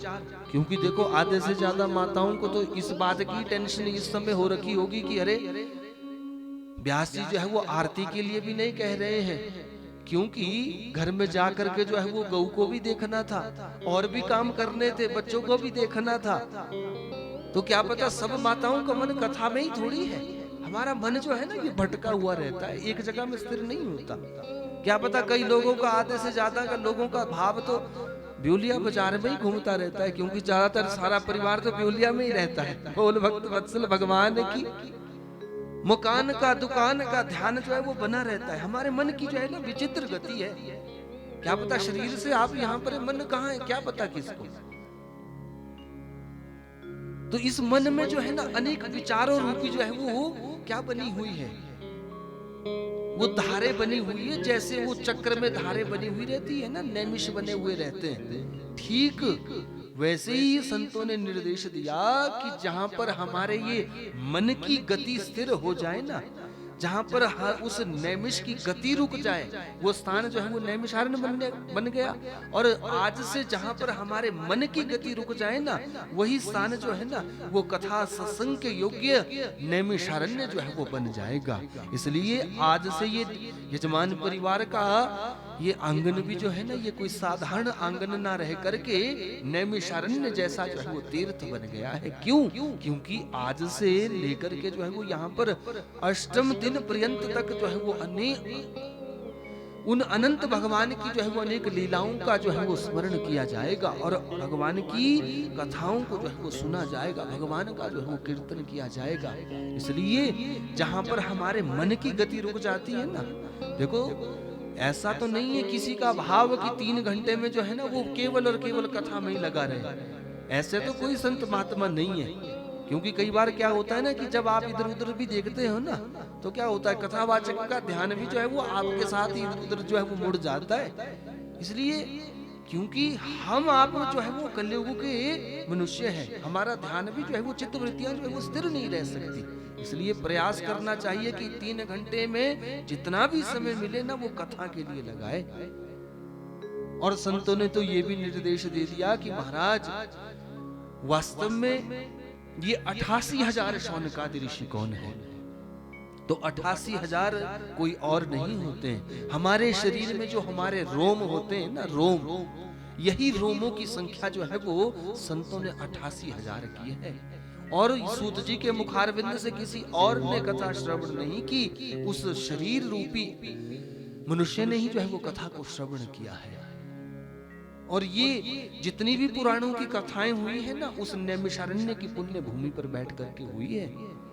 जैसे आज के समय में बहुत सारे कॉलेजेस और यूनिवर्सिटीज हैं जहां पर हमें अपने जीवन काल के लिए जो है वो अध्ययन करवाया जाता है। परंतु अब गुरुकुल परंपरा तो समाप्त हो गई, जहां पर शास्त्र अध्ययन होता था, जहां पर गुरुकुल परंपरा से जो है वो पढ़ाया जाता था, अब वो तो कम ही देखने को मिलती है।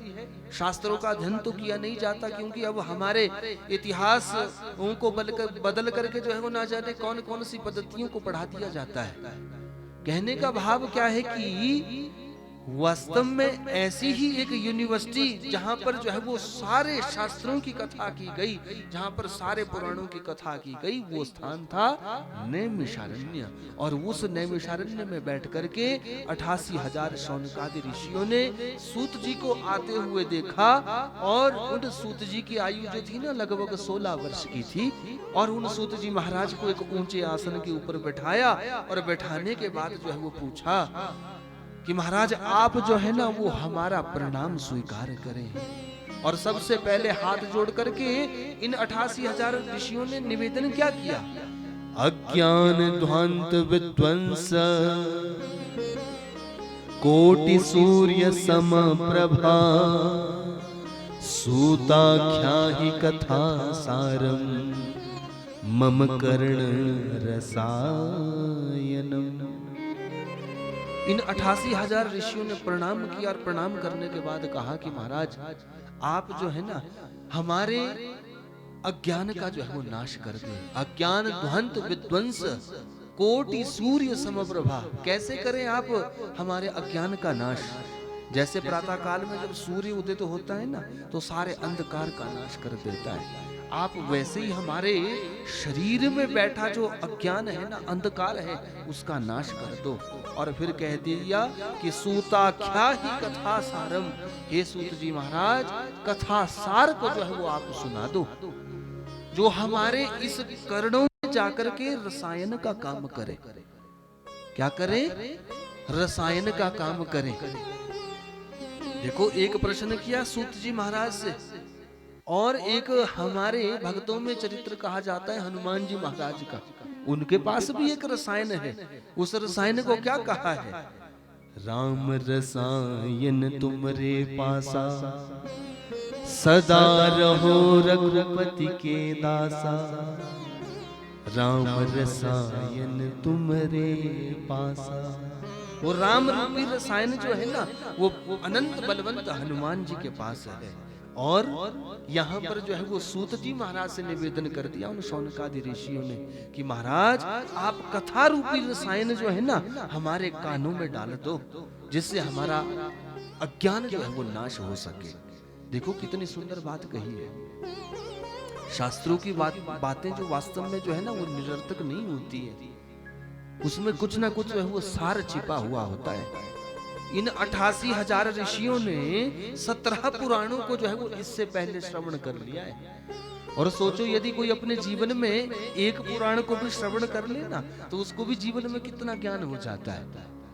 परंतु इन अभी हमने निवेदन किया था कि भागवत जो है ना वो 18वें नंबर का ग्रंथ है, परंतु इन ऋषियों ने 17 पुराणों को भी श्रवण कर लिया। उसके बाद भी क्या कह रहे हैं? अज्ञान घंत विध्वंस। महाराज, हम अज्ञानी ही हैं, आप जो है वो हमारे अज्ञान का नाश कर दे। और आज के समय में यदि मनुष्य ने कहीं एक आध पुराण का अध्ययन कर लिया हो ना, यदि 8-10 पुराण की कथा श्रवण कर ली हो, तो फिर वो अपने को क्या समझता है? परम विद्वान समझ बैठता है। तब तो वो सोचता है कि बस ज्ञान में तो मैं ही बड़ा हूं। और यदि किसी मनुष्य को पूछ लिया जाए ना कि तेरे पास धन कितना है, तो धन में जो है वो अपने को कोई बड़ा आदमी नहीं कहता, बस यही कहता है कि बस मेरी तो दाल रोटी चल रही है, दाल रोटी चल रही है। बोल भक्त वत्सल भगवान की। और ज्ञान के विषय में कह दिया जाए ना यदि किसी को कि भाई अरे तुझे फलानी चीज का ज्ञान नहीं है, तो फिर मनुष्य तुरंत कहता है अरे कैसे ज्ञान नहीं है, मैंने तो शास्त्रावलोकन किया है, अनेक प्रकार के पुराणों का अध्ययन किया है, मुझे तो सारा ज्ञान बना हुआ है। ज्ञानी जो है वो मनुष्य सदैव बना रहता है। परंतु यदि धनवान की बात की जाए तो फिर धन में जो है वो अपने को छोटा ही मानता है। बोलो भक्त वत्सल भगवान की। परंतु धन्य है ये ऋषि जिन्होंने 17 पुराणों को श्रवण कर लिया और उसके बाद भी हाथ जोड़ करके कहते हैं महाराज, आप भक्ति ज्ञान विरागत्तो विवेको वर्धते महान, माया मोह निरासस्य वैष्णवे क्रियते कथम। आप ये बताओ कि हम वैष्णवों को क्या करना चाहिए कि हमारे हृदय में भक्ति ज्ञान और वैराग्य की वृद्धि हो जाए, हमारे जीवन में जो है वो ज्ञान हो जाए। उसके लिए जो है वो हमें क्या करना चाहिए? श्रेष्ठ से श्रेष्ठ साधन बता दो। श्रेयसाम यद भवेत् श्रेयः, कहते श्रेष्ठ से श्रेष्ठ साधन बताओ। पावना नाम च पावनम, पावन जो कोई साधन है उसको बताओ। और फिर पूछ लिया कि कृष्ण प्राप्ति कर्म शाश्वत साधनम तद्वदाधुना, कैसे भगवान कृष्ण की प्राप्ति हमें जीवन में कैसे हो, उसके लिए जो है वो हम वैष्णव लोगों को क्या करना है वो आप जो है वो हमें बताएं। तो सूत जी महाराज ने जब प्रश्न सुने ना तो क्या हुआ? प्रश्न सुनने के बाद जो है वो फिर सूत जी महाराज ने जो है वो कहना शुरू किया, काल प्याल मुख ग्रास त्रास निर्णाश हेतवे श्रीमद् भागवतम शास्त्रम कलौकीरेण भाषितम। सूत जी महाराज कहते हैं सबसे पहले बात कही है काल ब्याल मुख ग्रास, कि देखो ऋषियों, अरे धन्य हो तुम जिन्होंने इतने अच्छे प्रश्न किए। वास्तव में जो संसार का मनुष्य है ना वो सब जो है वो मरण धर्मा है। हमारे सिर के ऊपर वो काल रूपी सर्प जो है ना वो मुख खोल करके बैठा है। कब हम अपने कर्मों से पतित होंगे और पतित होने के बाद जो है वो हमारी मृत्यु जो है वो होगी और काल का जो है वो हम ग्रास बनेंगे। यही बात जो है वो सूत जी महाराज कह रहे हैं। काल ब्याल मुख ग्रास, कहते हम जो है वो काल का ग्रास बने हुए जो है वो बैठे हैं। त्रास निर्नाश हेतुवे, परंतु हमें एक जो है वो जीवन में चाह बनी हुई है किस बात की? जीने की चाह जो है वो सबको बनी हुई है। बोलो भक्त वत्सल भगवान की। देखो कौन मनुष्य चाहता है कि मैं कल को मर जाऊं? सब चाहते हैं ना कि थोड़ा और जी लूं, थोड़ा और जी लूं। परंतु यहां पर निर्देश दे दिया कि देखो मनुष्यों, देखो ऋषियों, श्रीमद् भागवतम शास्त्रम, केवल एक श्रीमद् भागवत महापुराण का ऐसा शास्त्र, ऐसा ग्रंथ है ना, कलौ की ऋण भाषितम, जो केवल और केवल उन किरेण, उन सुख जी के माध्यम से जो है वो गाया गया है। यदि जीवन में उसको आप धारण कर लोगे, उस ज्ञान को धारण कर लोगे ना, तो जीवन में जो है वो आपका कल्याण हो जाएगा। बोलो भागवत भगवान की। और फिर सूत जी महाराज ने निर्देश दिया कि जन्मांतरे भवेत पुण्यम तदा भागवतम लभेत। कहते मनुष्यों के जब जन्म जन्मांतरों के कोई पुण्य उदित होते हैं ना, तब उसको जो है वो भागवत की कथा मिला करती है। और ये भागवत की कथा ऋषियों मनुष्य देह में ही जो है वो सुलभ है, और संसार के लोगों को ही सुलभ है। ये भागवत की कथा वास्तव में वैकुंठ लोक में नहीं हुआ करती, ये सत्य लोक में नहीं हुआ करती। केवल और केवल संसारियों के ही, गृहस्थियों के ही घर में जो है वो सुनने को ये भागवत की कथा जो है वो मिला करती है। और बता दिया सूत जी महाराज ने कि पूर्व समय में परीक्षित को जब 7 दिन में मरने का श्राप लगा था ना, तो इस कथा को जो है वो सुखदेव जी के माध्यम से जो है वो सुना गया था 7 दिन में, और फिर इसको श्रवण करने से परीक्षित की मुक्ति हुई थी। और सूत जी महाराज कहते हैं परंतु मैं तुम्हें बताऊं कि 7 दिन में इस भागवत को श्रवण करने की विधि जो है वो कहां से आरंभ हुई। एक बार जो है वो नारद जी ने इस कथा को सनकादियों के मुखारविंद से जो है वो बैठ करके हरिद्वार धाम में श्रवण किया था, और तब से ही इस कथा को करने का प्रचलन जो है वो 7 दिन में आरंभ हुआ। परंतु यहाँ पर 88,000 शौनकादि ऋषियों ने प्रश्न कर दिया, महाराज आप ये बताओ कि नारद जी के विषय में तो हमने ये सुना है कि वो नारद जी एक घड़ी से ज्यादा जो है वो कहीं पर नहीं बैठ पाते हैं। अब संतों का स्वभाव होता है ना कि वो तो ज्यादा जो है वो गृहस्थियों के घर में नहीं बैठते हैं, वो तो सदैव जो है विचरण करते रहते हैं। इसलिए विचार किया कि महाराज नारद जी ने जो है वो कैसे कथा को 7 दिन बैठ करके श्रवण किया, और कैसे नारद जी महाराज जो है मुख्य यजमान बने। तो यहाँ पर सूत जी महाराज ने जो है ना वो 2 कथाएं जो है वो विशेष रूप से निवेदन की है इस भागवत के महात्म्य में। जैसे वेद के 2 विभाग है ना, उत्तर मीमांसा और पूर्व मीमांसा, ठीक वैसे ही इस महात्म्य में भी 2 कथाएं हैं। एक कथा का निर्देश दिया है कि जिस कथा से हमें हमारे हृदय में भक्ति, ज्ञान और वैराग्य की वृद्धि होती है, और दूसरी कथा है भागवत की जिसके श्रवण करने से हमारी पाप हानि प्रजायते। मनुष्य ने अपने जीवन में कैसे भी पाप किए हो, यदि कोई भी जीव उस कथा को श्रवण कर लेता है तो उसकी पाप हानि जो है वो नष्ट हो जाया करती है। ऐसी 2 कथाओं के विषय में जो है वो विस्तार से बताया। तो बताया महाराज आज तो समय अधिक हो गया है, परंतु एक कथा को जो है वो चंद शब्दों में श्रवण करेंगे और फिर आज की कथा को जो है विराम दे देंगे। बोल भक्त वत्सल भगवान की।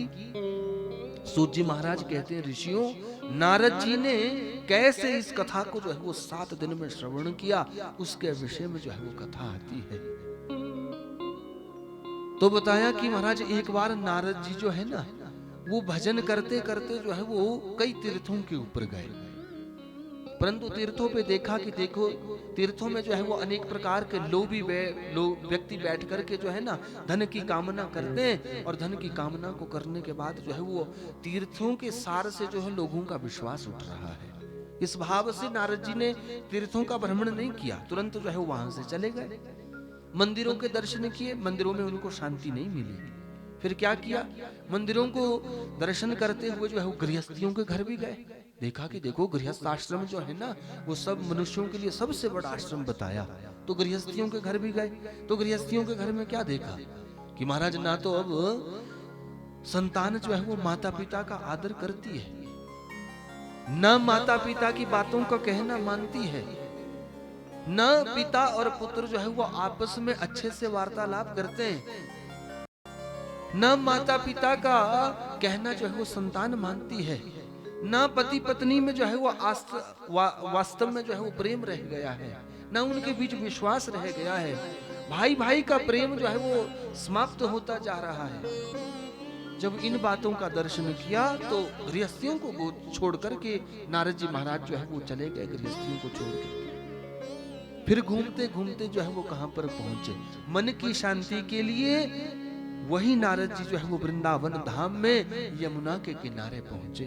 और यमुना के किनारे जैसे ही पहुंचे ना तो क्या देखा कि एक झुंड बना करके बहुत सारी देवियां जो है वो बैठी हुई थी, और उन सब देवियों के बीच में एक नव युवती जिसकी उम्र जो है वो 20 वर्ष की होगी, और उसकी टांगों के ऊपर जो है ना 2 वृद्ध व्यक्ति लेटे हुए थे।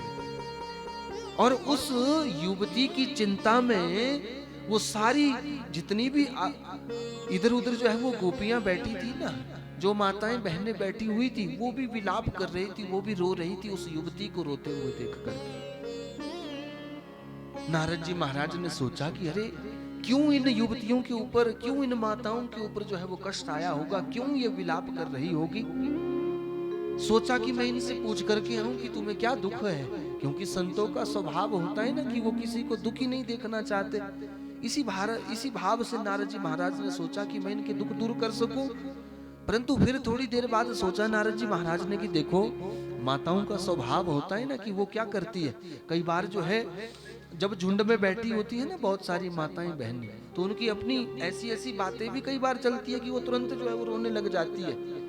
और थोड़ी देर बाद जो है वो कोई खुशी की बात आरंभ होगी तो फिर जो है वो फिर से हंसने लग जाएगी। इसलिए नारद जी महाराज ने सोचा कि मुझे वहां नहीं जाना चाहिए जहां पर बहुत सारी माताओं का झुंड बैठा हो।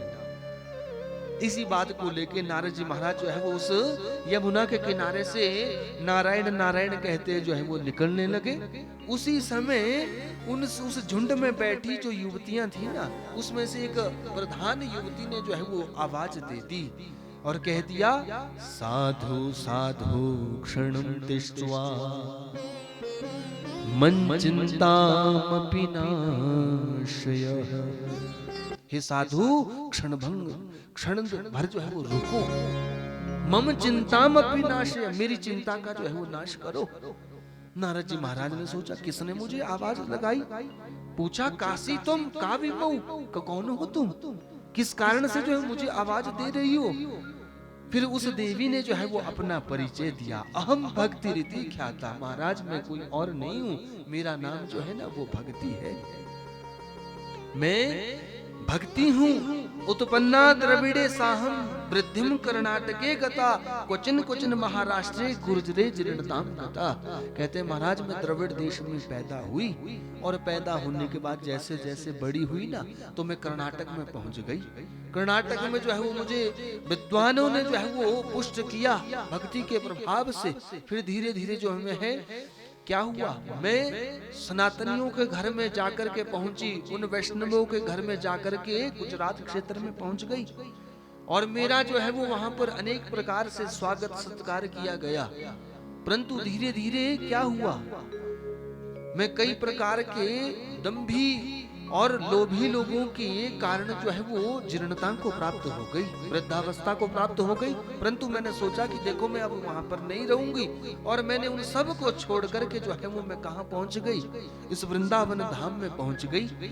मैं तो वृद्धत्व को प्राप्त हो रही थी, परंतु उसी समय ऐसा संयोग हुआ कि क्या हुआ कि मैं तो वृंदावन में आकर के जो है वो 20 वर्ष की युवती बन गई, और ये जो मेरे ज्ञान और वैराग्य नाम के जो छोटे छोटे बालक थे ना, ये दोनों जो है वो वृद्धावस्था को प्राप्त हो गए। अब मैं ये विचार कर रही हूँ कि यदि वृंदावन में भी मैं ऐसे ही बनी रही ना, तो मैं अपने इन दोनों बच्चों को लेकर के विदेशम गम्यते मया, मैं विदेश को जो है वो चली जाऊंगी, मैं इस वृंदावन में भी नहीं रहूंगी। परंतु नारद जी महाराज ने जब उस भक्ति को देखा, भक्ति की सारी बात को सुना, तो आज जो है वो नारद जी महाराज कहने लगे, अरे तुम भक्ति हो, वास्तव में तुम्हारा प्रादुर्भाव तो भगवान के हृदय से हुआ है, और तुम तो भगवान को जो है वो प्राणों से भी प्रिय हो, और भगवान ने यदि तुम्हें यहाँ भेजा है ना, तो इसमें कोई ना कोई संयोग जो है वो बना हुआ है।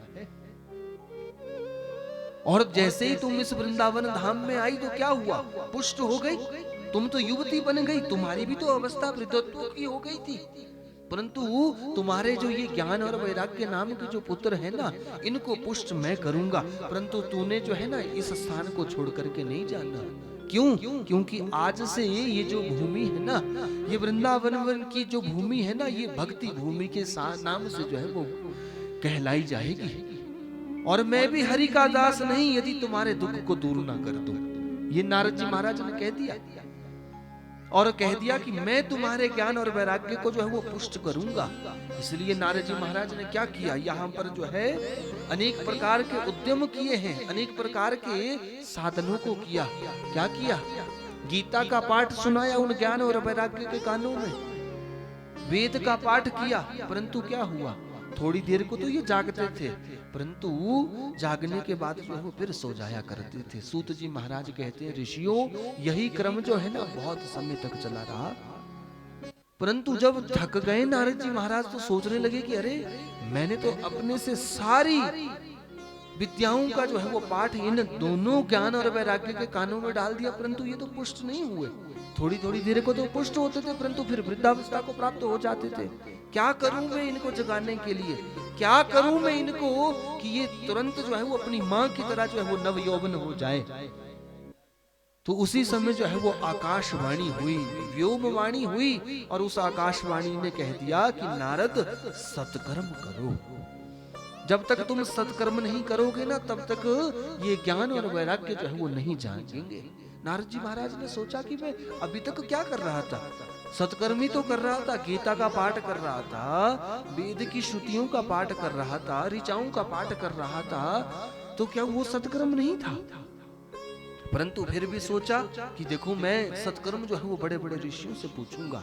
इसी भाव को लेकर के जो है वो भक्ति को कह दिया कि देखो भक्ति, तूने वृंदावन से कहीं नहीं जाना, मैं तेरे दुख का जो है वो क्या करूंगा, निराकरण करूंगा, तेरे बालकों को जो है वो पुनः पुष्ट करूंगा, इसलिए तूने वृंदावन छोड़ करके नहीं जाना।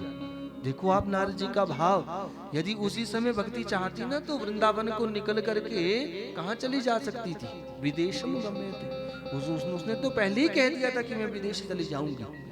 परंतु यदि आप विचार करो ना वर्तमान समय में, तो हमारी भक्ति महारानी जो है ना धीरे धीरे फॉरेन की तरफ कोई जा रही है। बोलो भक्त वत्सल भगवान की। क्यों जा रही है विदेश को? क्योंकि हम आप जो जितने भी सनातनी है ना, आधे से ज्यादा तो हम यही अपने आप को विचार नहीं कर पाते कि हम हिंदू है या फिर क्रिश्चियन है। बोलो भक्त वत्सल भगवान की। क्योंकि हमने बाहर की पद्धतियों को, पश्चिमी सभ्यताओं को इतना अपना लिया कि आज के समय में हमें भगवान का नाम लेने में भी शर्म आती है। बोलो भक्त वत्सल भगवान की। और यदि ऐसा ही बना रहा ना, तो वो भक्ति जो है ना उस वृंदावन को छोड़ करके भी चली जाएगी। परंतु नारद जी के कहने के अनुसार जो है भक्ति वहीं पर रही। नारद जी महाराज जो है वो अनेक तीर्थाटन करते हुए संत महापुरुषों से पूछते हैं कि भक्ति ज्ञान वैराग्य की पुष्टि के लिए क्या किया जाए। तो सारे महात्मा चुप हो गए। कह दिया नारद तुमसे ज्यादा विद्वान में क्या कोई और हो सकता है। तो नारद जी जो है वो अपना सर्वस्व छोड़ करके बद्री विशालापुरी में जो है वो बद्री के धाम में जो है वो पहुंचते हैं। बोलो बद्रीनाथ भगवान की। बद्रीनाथ धाम हमारे उत्तराखंड के जो है वो 4 धामों में एक धाम कहा जाता है। और उस धाम की ऐसी महत्वता है, ऐसी महिमा है कि यदि कोई मनुष्य वहां पर जाकर के एक माला भी कर दे ना भगवान के नाम की, एक माला भगवान के नाम की कर दे ना, तो उसको 10,000 मालाओं का जो है वो फल मिला करता है। ऐसी वो बद्री विशालापुरी है। और वहां पर आज जैसे ही नारद जी महाराज पहुंचे ना, तो जो ब्रह्मा जी की सृष्टि से सबसे पहले संतान कही गई है ना, सनक सनंदन सनातन सनत कुमार, उन चारों का दर्शन हुआ। प्रणाम नारद जी महाराज ने निवेदन किया। और आज नारद जी की चित्त वृत्तियों का जो है वो दर्शन किया। आज नारद जी के खिन्न जैसे मन का दर्शन किया। सनकादि ऋषियों ने कहा, अरे नारद, तुमने अपना ये क्या हाल बना रखा है भाई? विद्वानों को ऐसा शोभा नहीं देता। उनके जीवन में चाहे सुख आ जाए चाहे दुख आ जाए, उसको जो है वो सदैव सम बने रहना चाहिए। ना सुख में ज्यादा फूलना चाहिए, ना दुख में जो है वो अधिक दुख मनाना चाहिए। भगवान गीता में निर्देश देते हैं ना, सुखे दुखे समय कृत्वा लाभा लाभो जया जयो। कहते मनुष्य को सुख की स्थिति हो दुख की स्थिति हो, परंतु सम बने रहना चाहिए। नारद जी को कह दिया सनकादि ऋषियों ने कि कहां गई तुम्हारी वो विद्वता? तुम अपने को विद्वान बने फिरते रहते हो, संत बने फिरते रहते हो, परंतु अपना हाल देखो क्या बना रखा है अपने शक्ल का हाल। तुम्हारे शरीर के ऊपर तो 12 बजे हुए, क्या हो गया? नारद जी महाराज ने अपनी सारी मन की बात बताई। महाराज, मैं भक्ति ज्ञान वैराग्य को लेकर के जो है वो दुखी हूँ, और उनके दुख दूर करने के लिए मैं ऐसा क्या कर सकूं, मैं इसीलिए जो है वो चिंता में बना हुआ हूँ।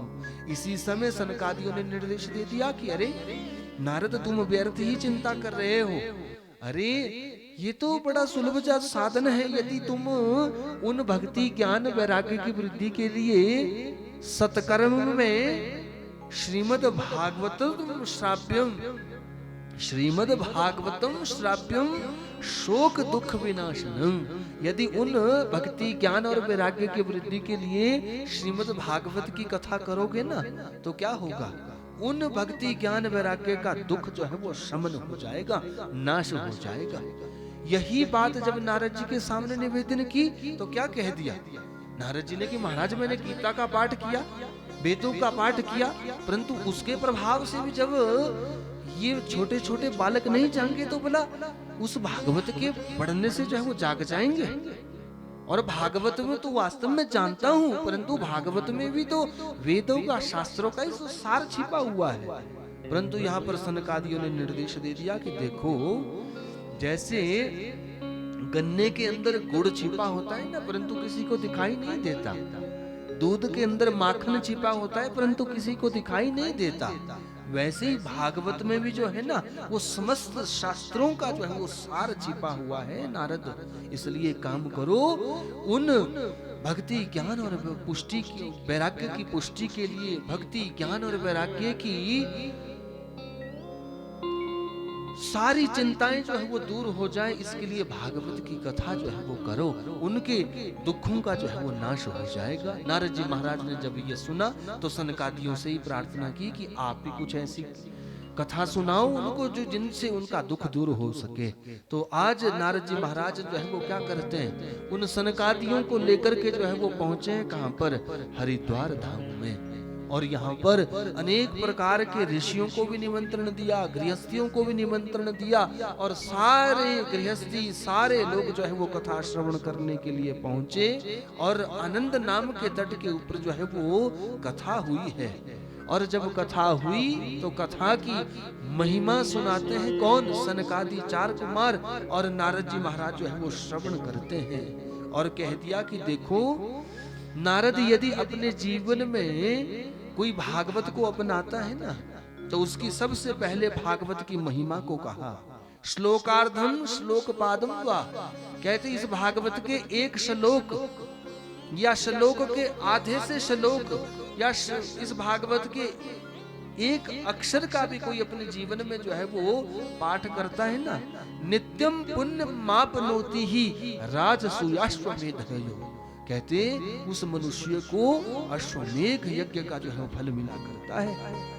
और फिर निर्देश दे दिया कि देखो यत फलम नास्ति तपसा न योगिन समाधिना, जो जो बड़े बड़े युगों में तपस्या से यज्ञ से फल मिला करता था ना, वो फल केवल और केवल इस कलयुग में सप्ताह की कथा श्रवण करने से जो है वो मिला करता है। इसलिए ये सनकादि ऋषियों ने नारद जी को निर्देश दे दिया कि ये भागवत जो है ना वो साक्षात भगवान का शब्दमयी प्रति स्वरूप है। इसके विषय में हमने पूर्व में श्रवण कर लिया कि कैसा शब्दमयी प्रति स्वरूप है। इसके एक एक अक्षर में जो है वो भगवान कृष्ण जो है वो विद्यमान है। ये बात जो है वो सनकादि ऋषियों ने भी कही, और जैसे महिमा को ही सुना रहे थे भागवत की, उसी समय जो है वो एक विचित्र घटना जो है वो उस आनंद नाम की भूमि के ऊपर हुई। और क्या हुआ? भक्ति सुतौ तौ तरुणौ गृहीत्वा प्रेमैक रूपा सहसा विरासीत। श्री कृष्ण गोविंद हरे मुरारे नाथेति नामानि मुहुर् वदन्ति। उसी समय वो भक्ति ज्ञान और वैराग्य जो है ना मूर्तिमंत होकर के उस कथा पंडाल में श्री कृष्ण गोविंद हरे मुरारी नाथेति नामानि मुहुर् वदन्ति कहते हुए जो है वो प्रकट हो गए। बोलो भक्ति महारानी की। नारद जी महाराज ने जैसे भक्ति ज्ञान वैराग्य को आते हुए देखा, ताता थैया करते हुए नृत्य करते हुए देखा, नारद जी ने सोच लिया कि अरे धन्य है ये भागवत की कथा जिसकी महिमा को श्रवण करते हुए, क्योंकि नारद जी ने तो संकल्प लिया था ना इस कथा को करवाने से पहले कि मैं इस कथा का संकल्प लेता हूँ। जैसा शुभ संकल्प हमारे यजमान जी ने लिया ना प्रातः काल में, वैसे ही तो नारद जी ने लिया था कि देखो भक्ति ज्ञान और वैराग्य की पुष्टि हो इस कथा के माध्यम से, और कथा की महिमा को श्रवण करते करते महाराज भक्ति ज्ञान और वैराग्य जो है वहां पर आ गए। और महाराज वो भक्ति महारानी पूछती है कि मैं बैठूं कहां पर? तो सनकादि ऋषियों से ने कहा कि देखो आप जितने भी भागवत कथा में वैष्णव लोग आए हैं ना, जितने भी रसिक लोग आए हैं, जो जिनके हृदय में भगवान की अनन्य प्रीति बनी हुई है, वहां पर जाकर के भक्ति अपने पुत्रों के साथ जो है वो बैठ जाओ। और भक्ति महारानी जो है ना उसी समय जितने भी रसिक लोग थे, भावुक लोग थे, उनके हृदय में जाकर के जो है वो सदा सर्वदा के लिए बैठ गई। बोलो भागवत भगवान की। तो इस महात्म्य की पहली कथा से जो है ना क्या पुष्टि हुई? जब इस भागवत की कथा से भक्ति ज्ञान और वैराग्य का जो है वो दुख दूर हो सकता है, तो बोला हमारे जीवन का दुख दूर जो है वो क्यों नहीं हो सकता? सूत जी महाराज कहते हैं शौनकादि ऋषियों, इस धन्य है ये भागवत की कथा जो महाराज जिसने भक्ति ज्ञान और वैराग्य के भी जो है वो दुख को दूर कर दिया। ऐसी ये भागवत की महात्म्य की प्रथम दिवस की चर्चा को हमने श्रवण किया। अब हम 5 मिनट जो है ना वो क्या करेंगे, केवल 5 और 5 मिनट हम भागवत की कथा को करने के जो है वो नियमों को श्रवण करेंगे। देखो अब कल तो भागवत की कथा का दूसरा दिन हो जाएगा, और जब दूसरा दिन हो जाएगा तो नियम लेना जो है वो पहले दिन से ही आवश्यक हो जाते हैं। इसलिए कुछ नियमों का पालन यदि हम अपने जीवन में करेंगे ना, इन 8 दिनों में भी यदि करेंगे तो क्या होगा, हमें कथा सुनने में जो है वो सुलभता प्राप्त होगी। इसलिए नियम पहले दिन ही हो जाए तो अच्छा रहता है। देखो वैसे तो भागवत को करने के और करवाने के जो है वो बहुत सारे नियम हैं, परंतु आज के समय में हम सब गृहस्थियों के लिए जितने कुछ नियम अपनाने चाहिए ना, तो उसके लिए निर्देश दे दिया कि यदि कोई अपने घर में भागवत की कथा करवाना चाहे ना, तो पहला निर्देश दे दिया कि विवाहे वित्तम यावत प्रयोजनम। कहते जैसे बेटा और बेटी के विवाह में जितना हम खर्च करते हैं ना, उतना धन जो है वो भागवत की कथा में लगाना चाहिए। जैसा उत्सव हम विवाह का बेटा बेटी का मनाते हैं ना, वैसे ही विवाह को भी, इस भागवत की कथा को भी उत्सव के रूप में मनाना चाहिए। और फिर निर्देश दे दिया कि देखो सबसे पहले तो अपने पुरोहित जी के पास जाकर के जो है वो तिथि का चयन करना चाहिए, मुहूर्त का चयन करना चाहिए, उसके बाद प्रवक्ता का चयन करना चाहिए, और उसके बाद भूमि का चयन करना चाहिए कि जहां पर विशाला वसुधा यत्र, जहां पर खूब लंबा चौड़ा स्थान बैठने के लिए हो, ऐसी भूमि का जो है वो चयन करना चाहिए। फिर कम से कम 5 विप्राणाम, कम से कम 5 ब्राह्मणों का जो है वो आवरण होना चाहिए। अनेक प्रकार के संगीतज्ञों को बुलाना चाहिए बाहर से, सामग्रियों मूर्तियों को बुला करके जो है वो कीर्तन करना चाहिए। और फिर निर्देश दे दिया कि देखो पूर्व की दिशा की तरफ जो है वो भागवत की पीठ को लगाना चाहिए, और बता दिया कि उत्तर की दिशा को स्वयं जो है वो फिर या तो यजमान परिवार बैठा रहे या फिर भागवत की जो व्यासपीठ है वो उत्तर की दिशा के लिए लगी रहे, और फिर भगवान का कोई ना कोई नाम लेते हुए जो है ना भागवत की कथा को श्रवण करना चाहिए। देखो ये सबसे मूल बात है।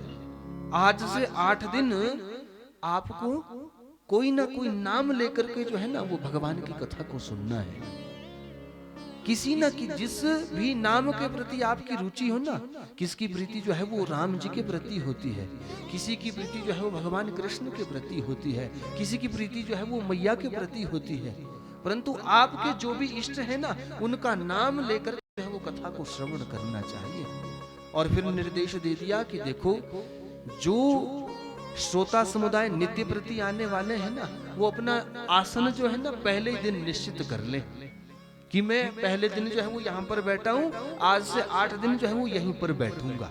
क्या होगा, क्योंकि जब 8 दिन आप उस आसन के ऊपर बैठोगे ना तो क्या होगा, वो आसन भी आपका सिद्ध हो जाएगा।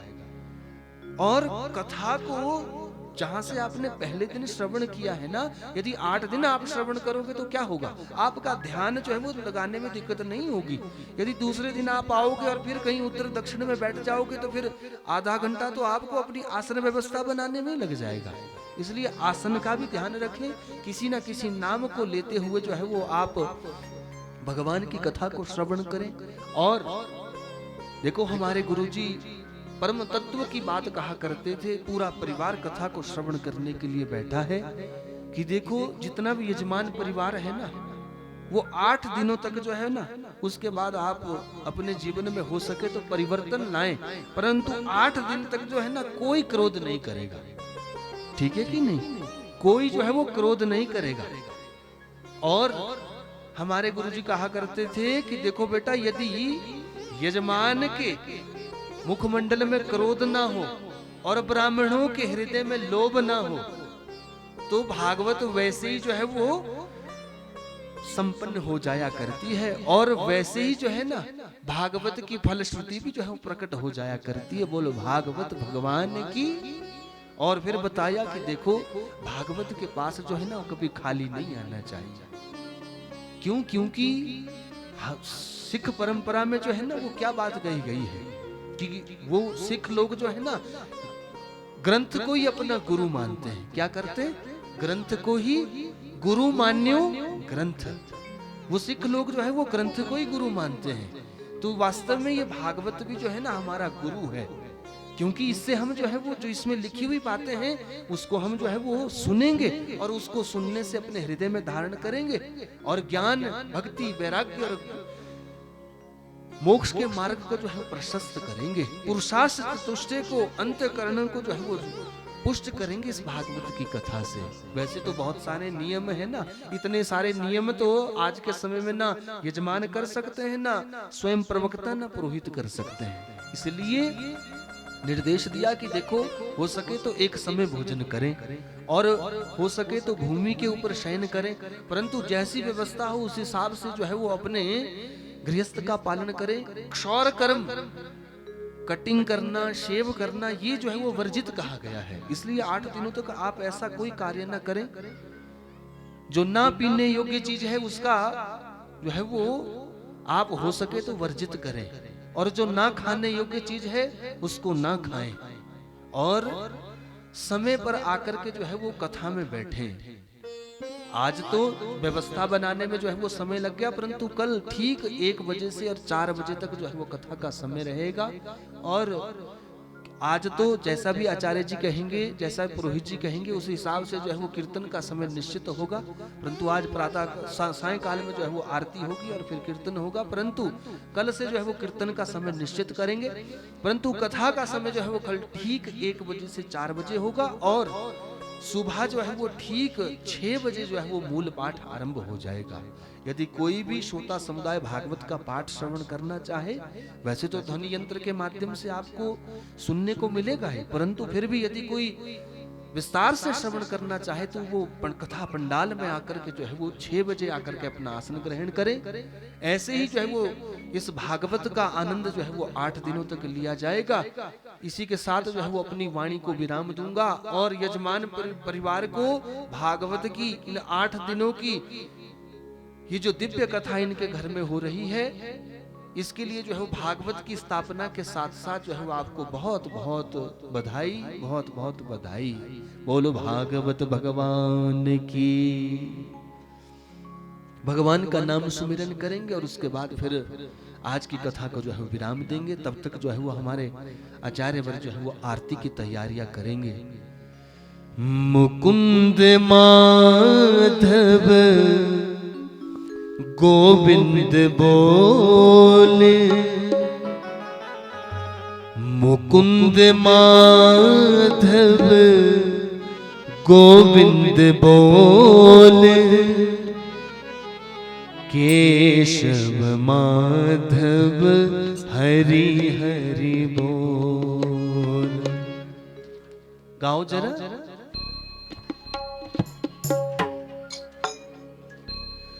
मुकुंद माधव गोविंद बोले, मुकुंद माधव गोविंद बोल, केशव माधव हरि हरि बोल। केशव माधव हरि हरि बोले, मुकुंद माधव गोविंद बोल, मुकुंद माधव गोविंद बोल, केशव माधव हरि हरि बोल। केशव माधव हरि हरि बोले, हरि हरि बोल प्यारे राम राम बोल, हरि हरि बोल प्यारे राम राम बोले, हरि हरि बोल प्यारे राम राम बोल, हरि हरि बोल प्यारे राम राम बोले। मुकुंद माधव गोविंद बोल, मुकुंद माधव हरि हरि बोल, केशव माधव हरि हरि बोल। केशव माधव सभी बोलो। हरि हरि बोले, राम राम बोल प्यारे राम राम बोल, राम बोल प्यारे राम राम बोले, राम राम बोल प्यारे राम राम बोल, राम राम बोल प्यारे राम राम बोले। मुकुंद माधव गोविंद बोल, मुकुंद माधव हरि हरि बोल, केशव माधव हरि हरि बोल, केशव माधव हरि हरि बोले। राधे राधे बोल प्यारे राधे राधे बोल, राधे राधे बोल प्यारे राधे राधे बोले, राधे राधे बोल प्यारे राधे राधे बोल, राधे राधे बोल प्यारे राधे राधे बोले। मुकुंद माधव गोविंद बोल, मुकुंद माधव केशव बोल, केशव माधव हरि हरि बोल, केशव माधव हरि हरि बोले। शिव बोल, शिव शिव बोल प्यारे सदा शिव बोले, शिव शिव बोल प्यारे सदा शिव बोल, शिव शिव बोल प्यारे सदा शिव बोले, मुकुंद माधव गोविंद बोल, मुकुंद माधव हरि हरि बोल, केशव माधव हरि हरि बोल, केशव माधव हरि हरि बोल, ओ राम राम बोल।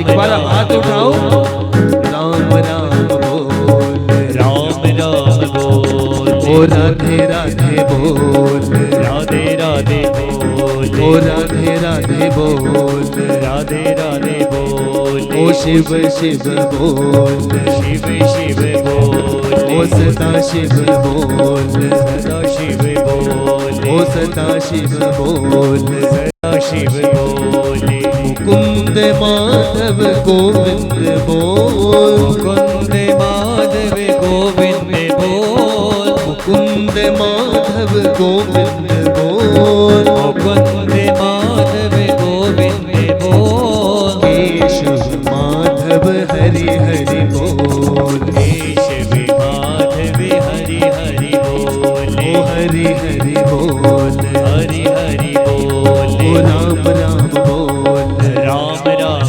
बोल, ओ नारायण बोल, हरे कृष्ण बोल, ओ नारायण बोल, हरि हरि बोल, ओ नारायण बोल, नारायण बोल, ओ नारायण बोल, नारायण बोल, ओ राम राम बोल, राम राम बोल, ओ राम राम बोल, राम राम बोल, बोल लक्ष्मी नारायण भगवान की, भागवत भगवान की, तारा मैया की, भक्ति मैया की, जुनगा महाराज की, धानु देवता महाराज की, हनुमान जी महाराज की, आज के आनंद की, उमापति महादेव की, नमः पार्वती पते हर हर महादेव शंभु। इसी के साथ प्रथम दिवस की वाक पुष्पांजलि मां भगवती को अर्पण करता हूं और प्रार्थना करता हूं कि आपके हृदय में आज की कथा से भक्ति, ज्ञान और वैराग्य की, विवेक की जो है वो वृद्धि हो। इसी के साथ जो है अपनी वाणी को विराम।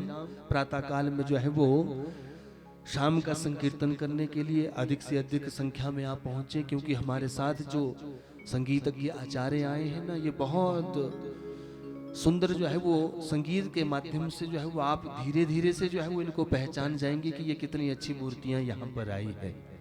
क्योंकि देखो, किसी का नाम लेने से और बढ़ाई करने से कोई लाभ नहीं होता जब तक आप उनका काम न देख लें, ठीक है कि नहीं।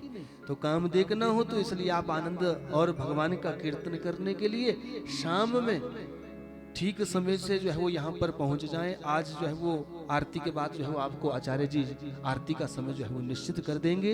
बोल भागवत भगवान की। और ये जो आरती गाओ प्यारे तुझको मनाओ,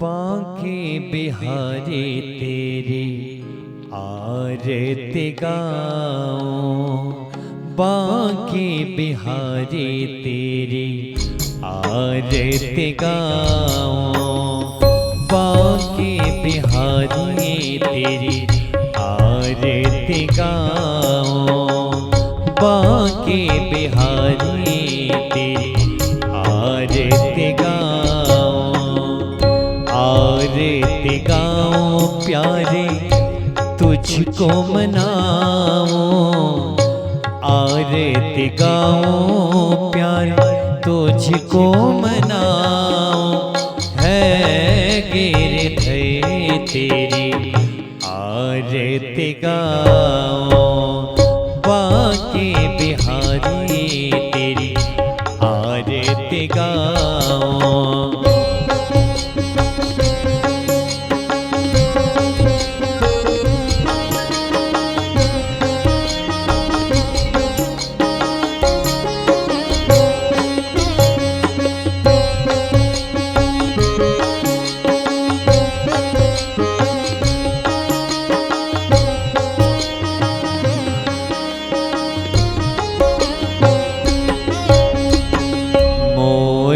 मुकुटे प्यारे शीश पे सोए, मोरे मुकुटे प्यारे शीश पे सोए, प्यारे वैशी मेरो मन मोहे, प्यारे वैशी मेरो मन मोहे, देख छवि बलि हारे मैं जाऊं, बांके बिहारी तेरी आरती गाऊं, बांके बिहारी तेरी आरती गाऊं।